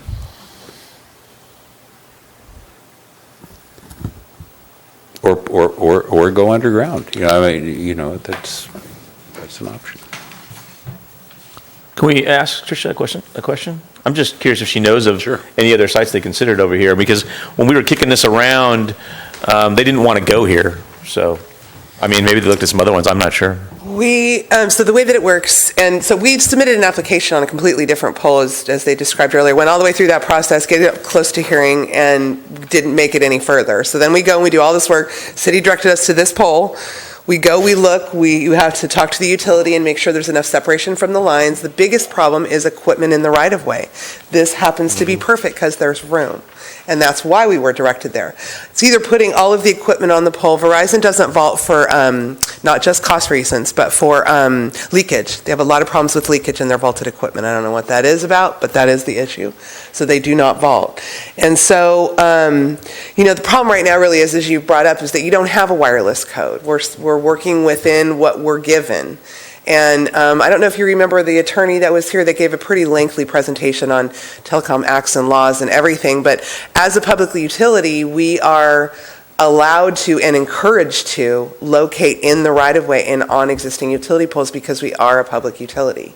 And so that's what we do for these small cells, and that it works out so well is that we have a master agreement with those entities. And we go and look at all those things have to come together, though, like you said, has to be the area the engineer wants to cover. The utility has to say it's okay to use that pole, structurally speaking. There has to be enough separation from the lines. There has to be room either on the pole or on the ground for the equipment. And so all of those things have to come into place. So when we do an immediate survey, you can sort of see a heavily impacted pole that's not going to have room for the antenna, or that we're going to have to go up because of the separation requirements so high that it's not going to be aesthetically an option. And so we went down all those paths again with this one, and here we are before you. And I'm going to go ahead and I'm going to leave a study with you. There are studies on both sides of every issue that we could discuss tonight with respect to anything you can come up with. This is one based on home values, and that there is no net change, and it shows where these facilities are in comparison. This is Palo Alto. So there's studies on each side of that. And so right now, Verizon is using their relationship with the public utilities to locate on those existing structures and get the infrastructure where it's needed. We all know that, unfortunately, they are the new infrastructure, and it's hard to find places to put them, and it's hard to find places to help emergency services. When we get calls from them, and we can't get a site through the city, and this will be our second application on this same area, it just becomes more difficult. We can't keep going from spot to spot to spot until, if we would have looked at that, I guess, at the beginning or at some sort, but there's nothing in the ordinance that mandates that. Well, that was my question, Tricia. Yeah. I mean, when we had the issue with the other site, and that was actually brought up very early on, from our public works department. They were not happy about it, but really back to my question, was there other sites over here looked at? Because initially you didn't want to go here. Yeah, there's a whole line of poles. Yeah. And so you looked at other locations. I was just curious if there was, because of what was brought up by the commission, I thought maybe there might be some other ones over there that you looked at. There's not with this right away. So even the one we had before I don't know if you remember, but it had a planter behind it, and we were going to be able to screen all the equipment behind that hedge of a planter. And so that was another reason we liked that site so much, is there was right of way and we could screen the equipment. And that's another reason why this is chosen. Oftentimes, as you know, there's a utility pole on a sidewalk. It's either in that right of way, and you have to make sure there's wheelchair access, and then or everything's strapped to the pole, and not everyone likes that aesthetic look. So you just sort of clip away until you find something that works for all those entities. So that's how we got here. I hear your concerns. I guess it's just hard for us as we work through the framework of the ordinance that you have in place now. We meet the line of sight distance requirements. We meet the public works requirements. And so we're working within that confine, and we're still not able to agree. So it's just frustrating. So anyway, that's my 2 cents on the subject, and yeah, if you have any questions, I'm available for answering. I'm sorry, could you expand just a little bit more on the problem with vaulting? Because The problem with vaulting that they've had is leaks. They've had major leaks. I don't know if you're traveling through going towards Santa Barbara, the rest stop in Gaviota, right after you get out from underneath the tunnel there, is one of the very first times they vaulted equipment. That still goes out due to leaking. So when we have major floods and rains, and if the drainage isn't right, and that's problematic. So that it just becomes and more. It's not just the issue so that you can be on your iPad or your phone. The stability of the system is truly for emergency services. A lot of this that we're getting approved through the city, yes, it's going to, of course, help, little Johnny get on his iPad and play video games before bed, but it's really for in an emergency. That's what those services, that's why that letter was written, is because there is a true need there. So there's that. Right. Well, I'm trying to imagine, a partial vaulting so that it's not as obtrusive as something that's roofed and 1.5 to 2 feet off the ground and would seemingly be so sort of semi-depression, and so to get it lower is the goal. Something, yeah. Rather than simply a corporate decision that vaulting is off the table. Like I said, I believe it's my understanding that it's for the leakage. But go ahead. A couple of things. I have to go back to what Michael has said. Obviously none of us are in the telecommunications industry. We don't know what the heck's going on over there. But if I owned a cell phone company and I wanted to cover Morro Bay, I would sit down with a map of the town and say, how do I need to cover this? Where do I need big antennas? Where do I need small ones? And then I would say, okay, here's some sites, and I've got this plan for the city. Let me bring it to the city and see if we can get it approved. That's what we did. Instead of doing one site at a time where nothing seems to relate to anything else. Well, we did. We came to the city. We had meetings with Joan and in the very beginning, and I had like 4 applications all came in at once, and we sat down and went over them piecemeal by piecemeal. And it's not until you get into the thick of it, if you will. We didn't know Public Works was going to come back on this one. We didn't know the generator was going to be an issue on the 800 Quintana building. So it's till you get into the thick of it and these issues come up that you have to deal with it, and just adjust accordingly. But that's exactly what happens. There's a map of the city. That, like I said, that letter from the police chief was actually in support of a previous contact he had with Verizon 1.5 years ago. He's what started Verizon looking down and saying, okay, how can we do this? And so that's exactly what we did. That's always my goal, is to sort of show the bigger picture. Okay. And when we came in with the 3 projects, there was 2 or 3 projects together on one agenda.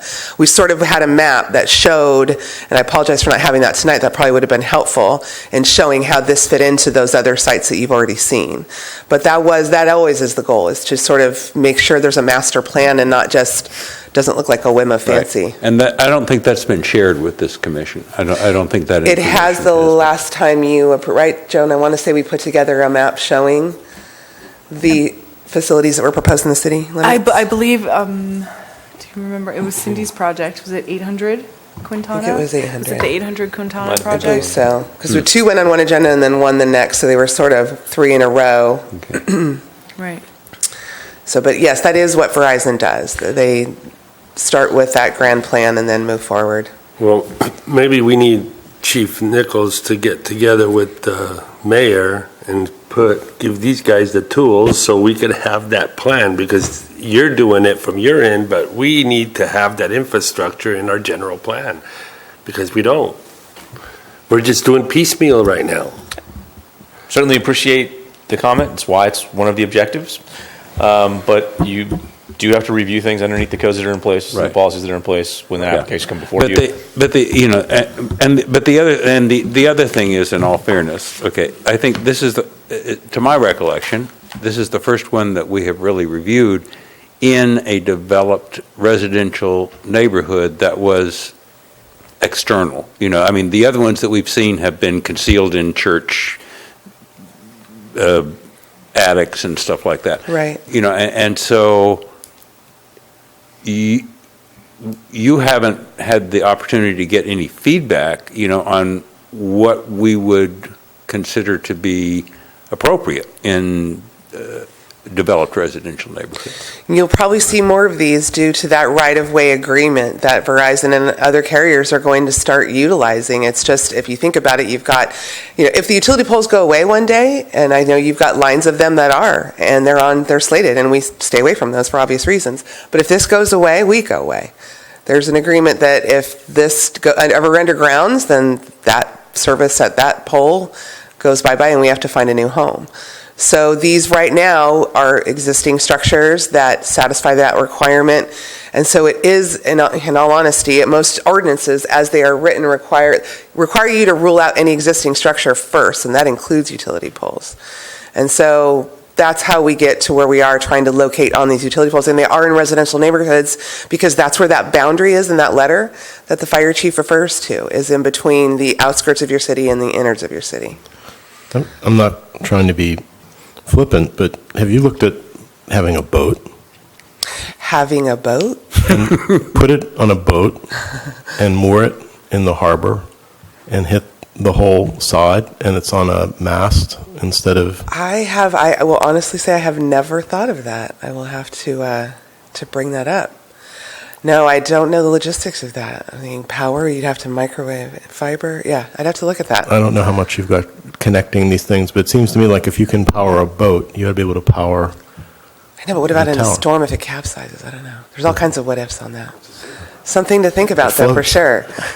Yeah, just the floating, yeah. The floating. No, I'm just thinking, site. you've got complete coverage of everything in the bowl from the harbor, and we don't want to put towers in the harbor, but we've got things that are tall already. up in the air already. Yeah. And I would urge everybody to look at the one on Quintana. I'm very disappointed in the way that looks. Is it already built? I haven't actually been by it yet. I drive past it every day and twice. Okay. And I think the equipment cabinet, if it's similar to this has to be upgraded. Okay. That just seems to me to be maybe out on Quintana there where there's not much around, and the church and the mortuary are up on the hill and the other sides.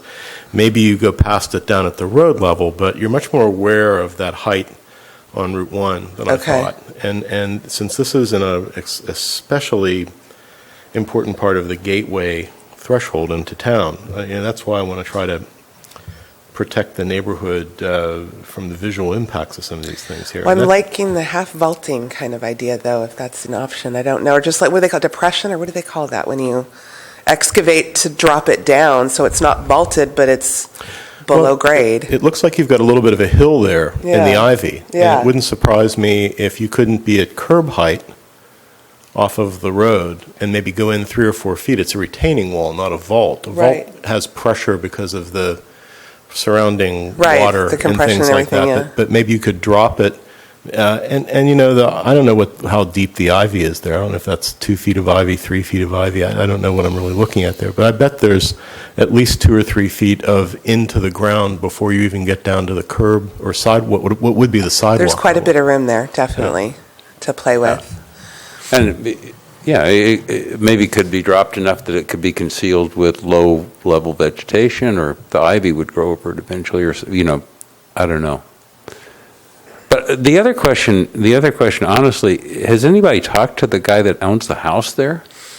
He was noticed when the project was, I believe. Yeah, I know. They came in today and they were not happy. Yeah, exactly. And I know they were properly noticed and all that. But from your point of view, from Verizon's point of view, if you're going to put something like this basically in somebody's front yard, okay, you'd be a heck of a lot better off to go knock on their door and say, listen, we're thinking about putting up a cell tower here. Let me talk to you about it. You know what I'm saying? It's just like when we have contentious issues between neighbors, it really works better if the two of them get together and talk. Right. And the same principle applies here. Don't let the guy find out about this because he gets a postcard in the mail, from the city. Right. Understood. No, I think they have a copy, don't you? Yeah, they have a copy.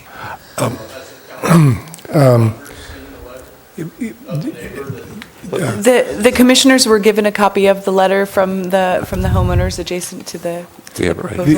The arrangement between the carrier and the utility companies.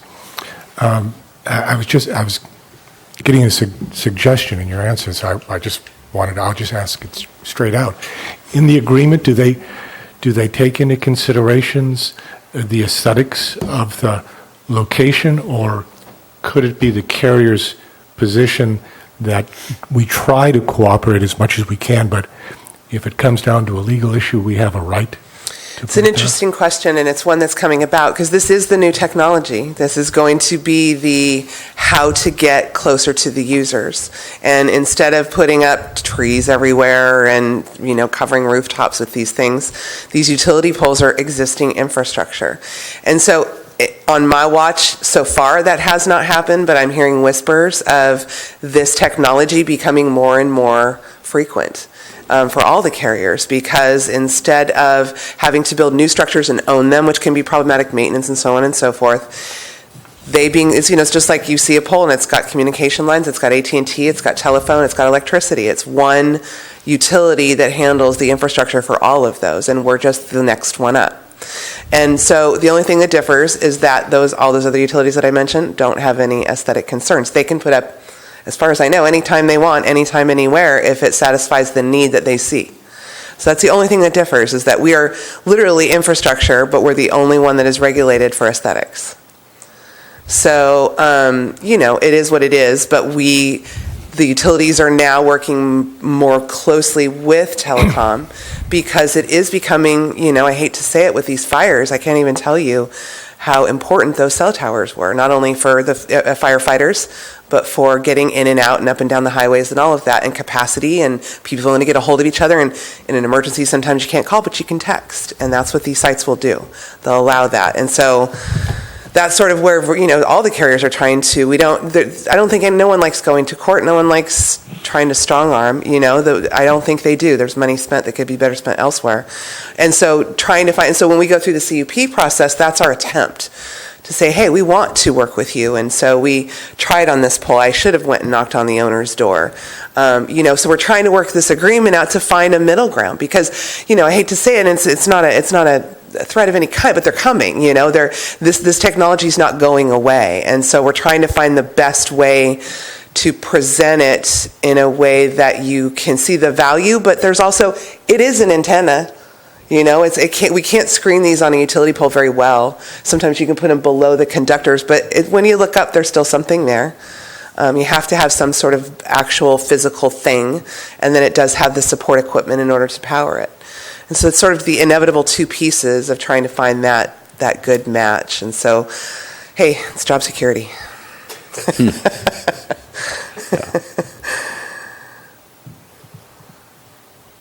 I guess, I understand that, but we go back to the issue in this particular case, that in my evaluation, the sight lines are affected. Okay.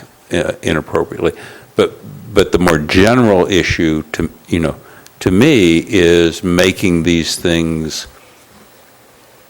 aesthetically appropriate for residential neighborhoods in Morro Bay. That's bottom line.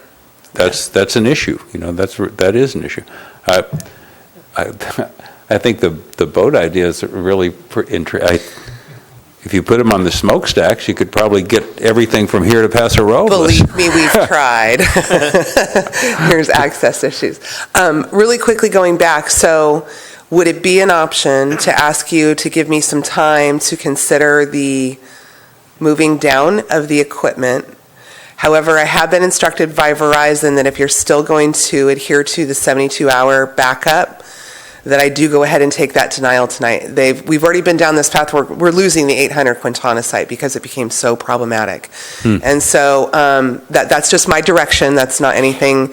Just deliberate as much as you want and ask as many questions as you want. The generator receptacle is still the backup power. It's just not something on site, and that is really the problem. So discuss, and I'm here for questions. I don't mind a continuation. I just I can't understand why you don't look at some more advanced technology for the battery storage. That just seems to me to be I don't think you can show me that you've considered that.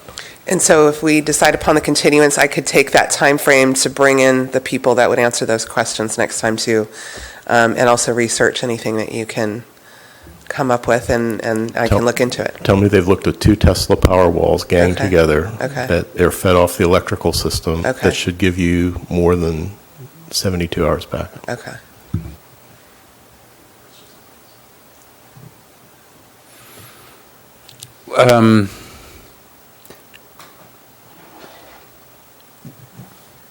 This is the terminology again for this type of site as opposed to the macro site. Mm-hmm. This is A small cell. small cell. Mhm. Okay. So if this right now, is there Verizon reception in this area? There is sketchy Verizon. So you can probably hold a call right there, and you can probably hold a call down the street. The problems that they have are usually in buildings. So the scenario that you can sometimes see is if someone had an emergency and they don't have a landline, they only have a cell phone, and they fall in their house and they're calling 911 and they can't hold a call. There was also some, one of the Exhibit E's, someone complaining about they were in favor of the project and also illustrating that there is lack of coverage in that area. And so those are the things Verizon is trying to avoid, is just that. Yeah, I was just getting to the issue of the 72-hour backup and how, in other words,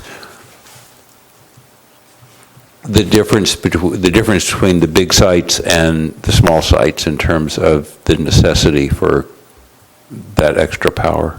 What we had discussed with Joan on, or not Joan, Cindy on the other project was that, so ideally that's going to be your site you want to keep going, the Hillcrest site up there. That's serving you a majority of your calls and also emergency services on a day-by-day basis.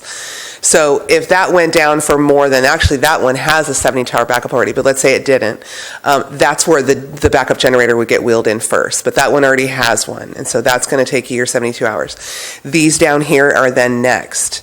So they would just go in after 6 hours, it flips a trigger on somewhere. And so we discussed with Cindy of having a statement from operations in San Luis Obispo that stated they could have one here in an hour.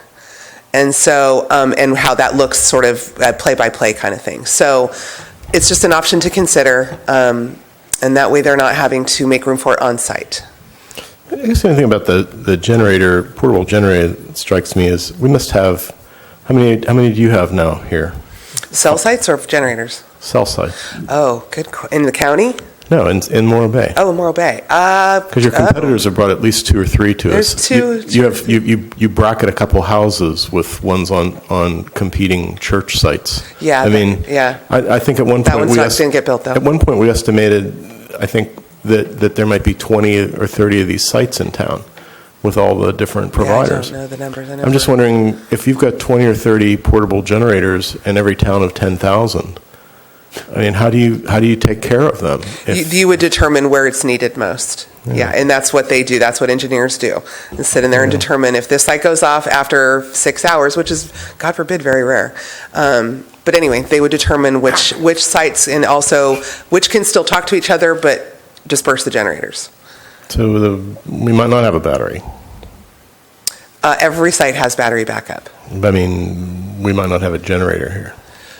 You will have a generator on the sites to keep the network up and running. Yes, not at every single site, but at the sites that are determined to keep the network up and running. Okay. I'm going to buy generator stock. You should. But I guess the other question that would be relevant in terms of discussing this would be, and I'm sort of anticipating Commissioner Luer at this point. If 72 hours is not practical for a lot of sites, is there something between 6 hours and 72 hours that would be doable? 24 hours, 18 hours? It's just the battery bank would go larger and larger and larger. I don't know if you remember the Metro PCS site that you approved on top of the Harbor Church many moons ago. Anyway, that's how they satisfy their a huge bank of batteries. And so in these right-of-way sites, it's just space that we already don't like the look of the one on Quintana. You add, 6 to 8 to 12 battery banks, it just becomes cumbersome. And so if you are open to that much space being utilized in the right-of-way, then I guess that's an alternate something to look at. But usually, as we're talking about compacting down, it would be problematic to add, and the generator would be too. And these are, you're using lead-acid batteries, is that? Yes, we are, yes.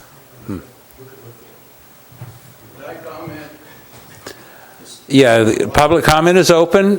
You can comment. Come on up to the microphone. One of her comments was, I'm on Verizon Wireless. I live 2 doors up the street, and the phone works fine at my house, so I don't understand exactly why they're saying that the phone doesn't work. I have your service 2 doors. Yeah, I don't know, unfortunately, I didn't have an extra letter for you, but the fire department is the one that came to us and explains the different ways that the boundaries meet within your city limits. And so that's what we're trying to serve, is just the constituents and your emergency services. Robert, am I saying just? Sure. So the battery issue, which then determines the size, is one of reliability of the system or of significant portions of it. So I think kind of logically, perhaps the city shouldn't be concerned about an issue of reliability, because you've got a whole regiment of engineers and the like, and reliability is tied to competitiveness and profits and all that. And I wonder if it's, best to leave the issue of reliability and when we need batteries and how many batteries to the carrier. I've been doing this since 1999, and I'll ask staff, if you ever heard of a cell site power issue being an issue in an emergency? I have not, other than when we had fires. I will take that back. When they go down, they go down. There's no way to save that scenario. But to my knowledge, I haven't had an issue with emergency services saying you need more backup power. I haven't, or any entity for that matter.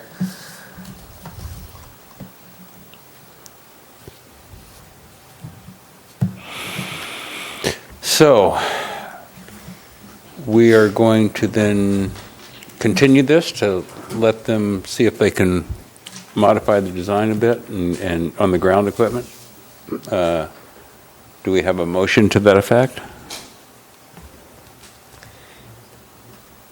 Excuse me, Chair Tuff, would it be appropriate to ask Commissioner Lucas what types of alternate battery solutions he would like me to consider? No, I'm just aware that because of the off-grid work with photovoltaics, the lithium industry has batteries that are, and that's the kind that they're using in the cars, the electric cars. So that technology is really moving along. Okay. And I think the only one I'm really aware of is Tesla has one that I believe is a 36-hour battery, and they're working on one that would be a 7-day battery. And they're specifically designed for off-grid photovoltaic homes to store power for that period of time. So I can't imagine if it can store power for a refrigerator, computers, things like that, it couldn't take care of the needs here. But I'm not an engineer. Okay. But that's the one, because it gets away from the big chain of the lead batteries, Right. which have other issues And associated the noise with them. generator. And there's a size thing that they're not as large as the lead battery arrays are. Okay, thanks for the The clarification. ones I've seen look about the size of a tankless water heater. Yeah. Okay. I have my direction. Okay. So, do we have a motion? What's the number? Oh, UPO 394, oh, what the hell.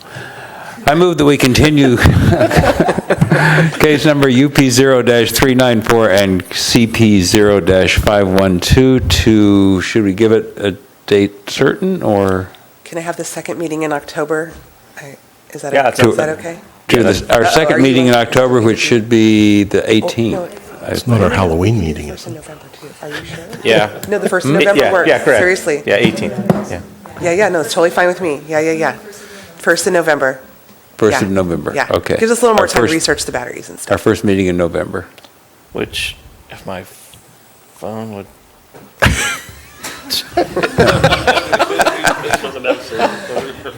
No service. Drop your. No, it calendar. worked. It just it had a it's there we go. which is the 1st of November. Okay, yeah, does that work? There we go. Okay. I'll second. I'm sorry. I'll second. So we have a motion and a second. Do we have any discussion on the motion? If not, all in favor signify by saying aye. Aye. Opposed? Motion carries 4-0. Thank you.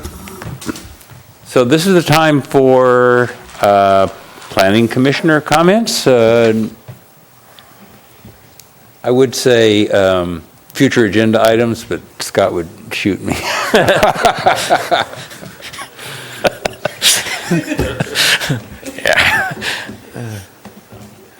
Seeing none, Community Development Director comments. I promised Cindy Jason that I would reiterate the offer that you guys got on via email from her on the San Luis Obispo County Citizens Planning Academy.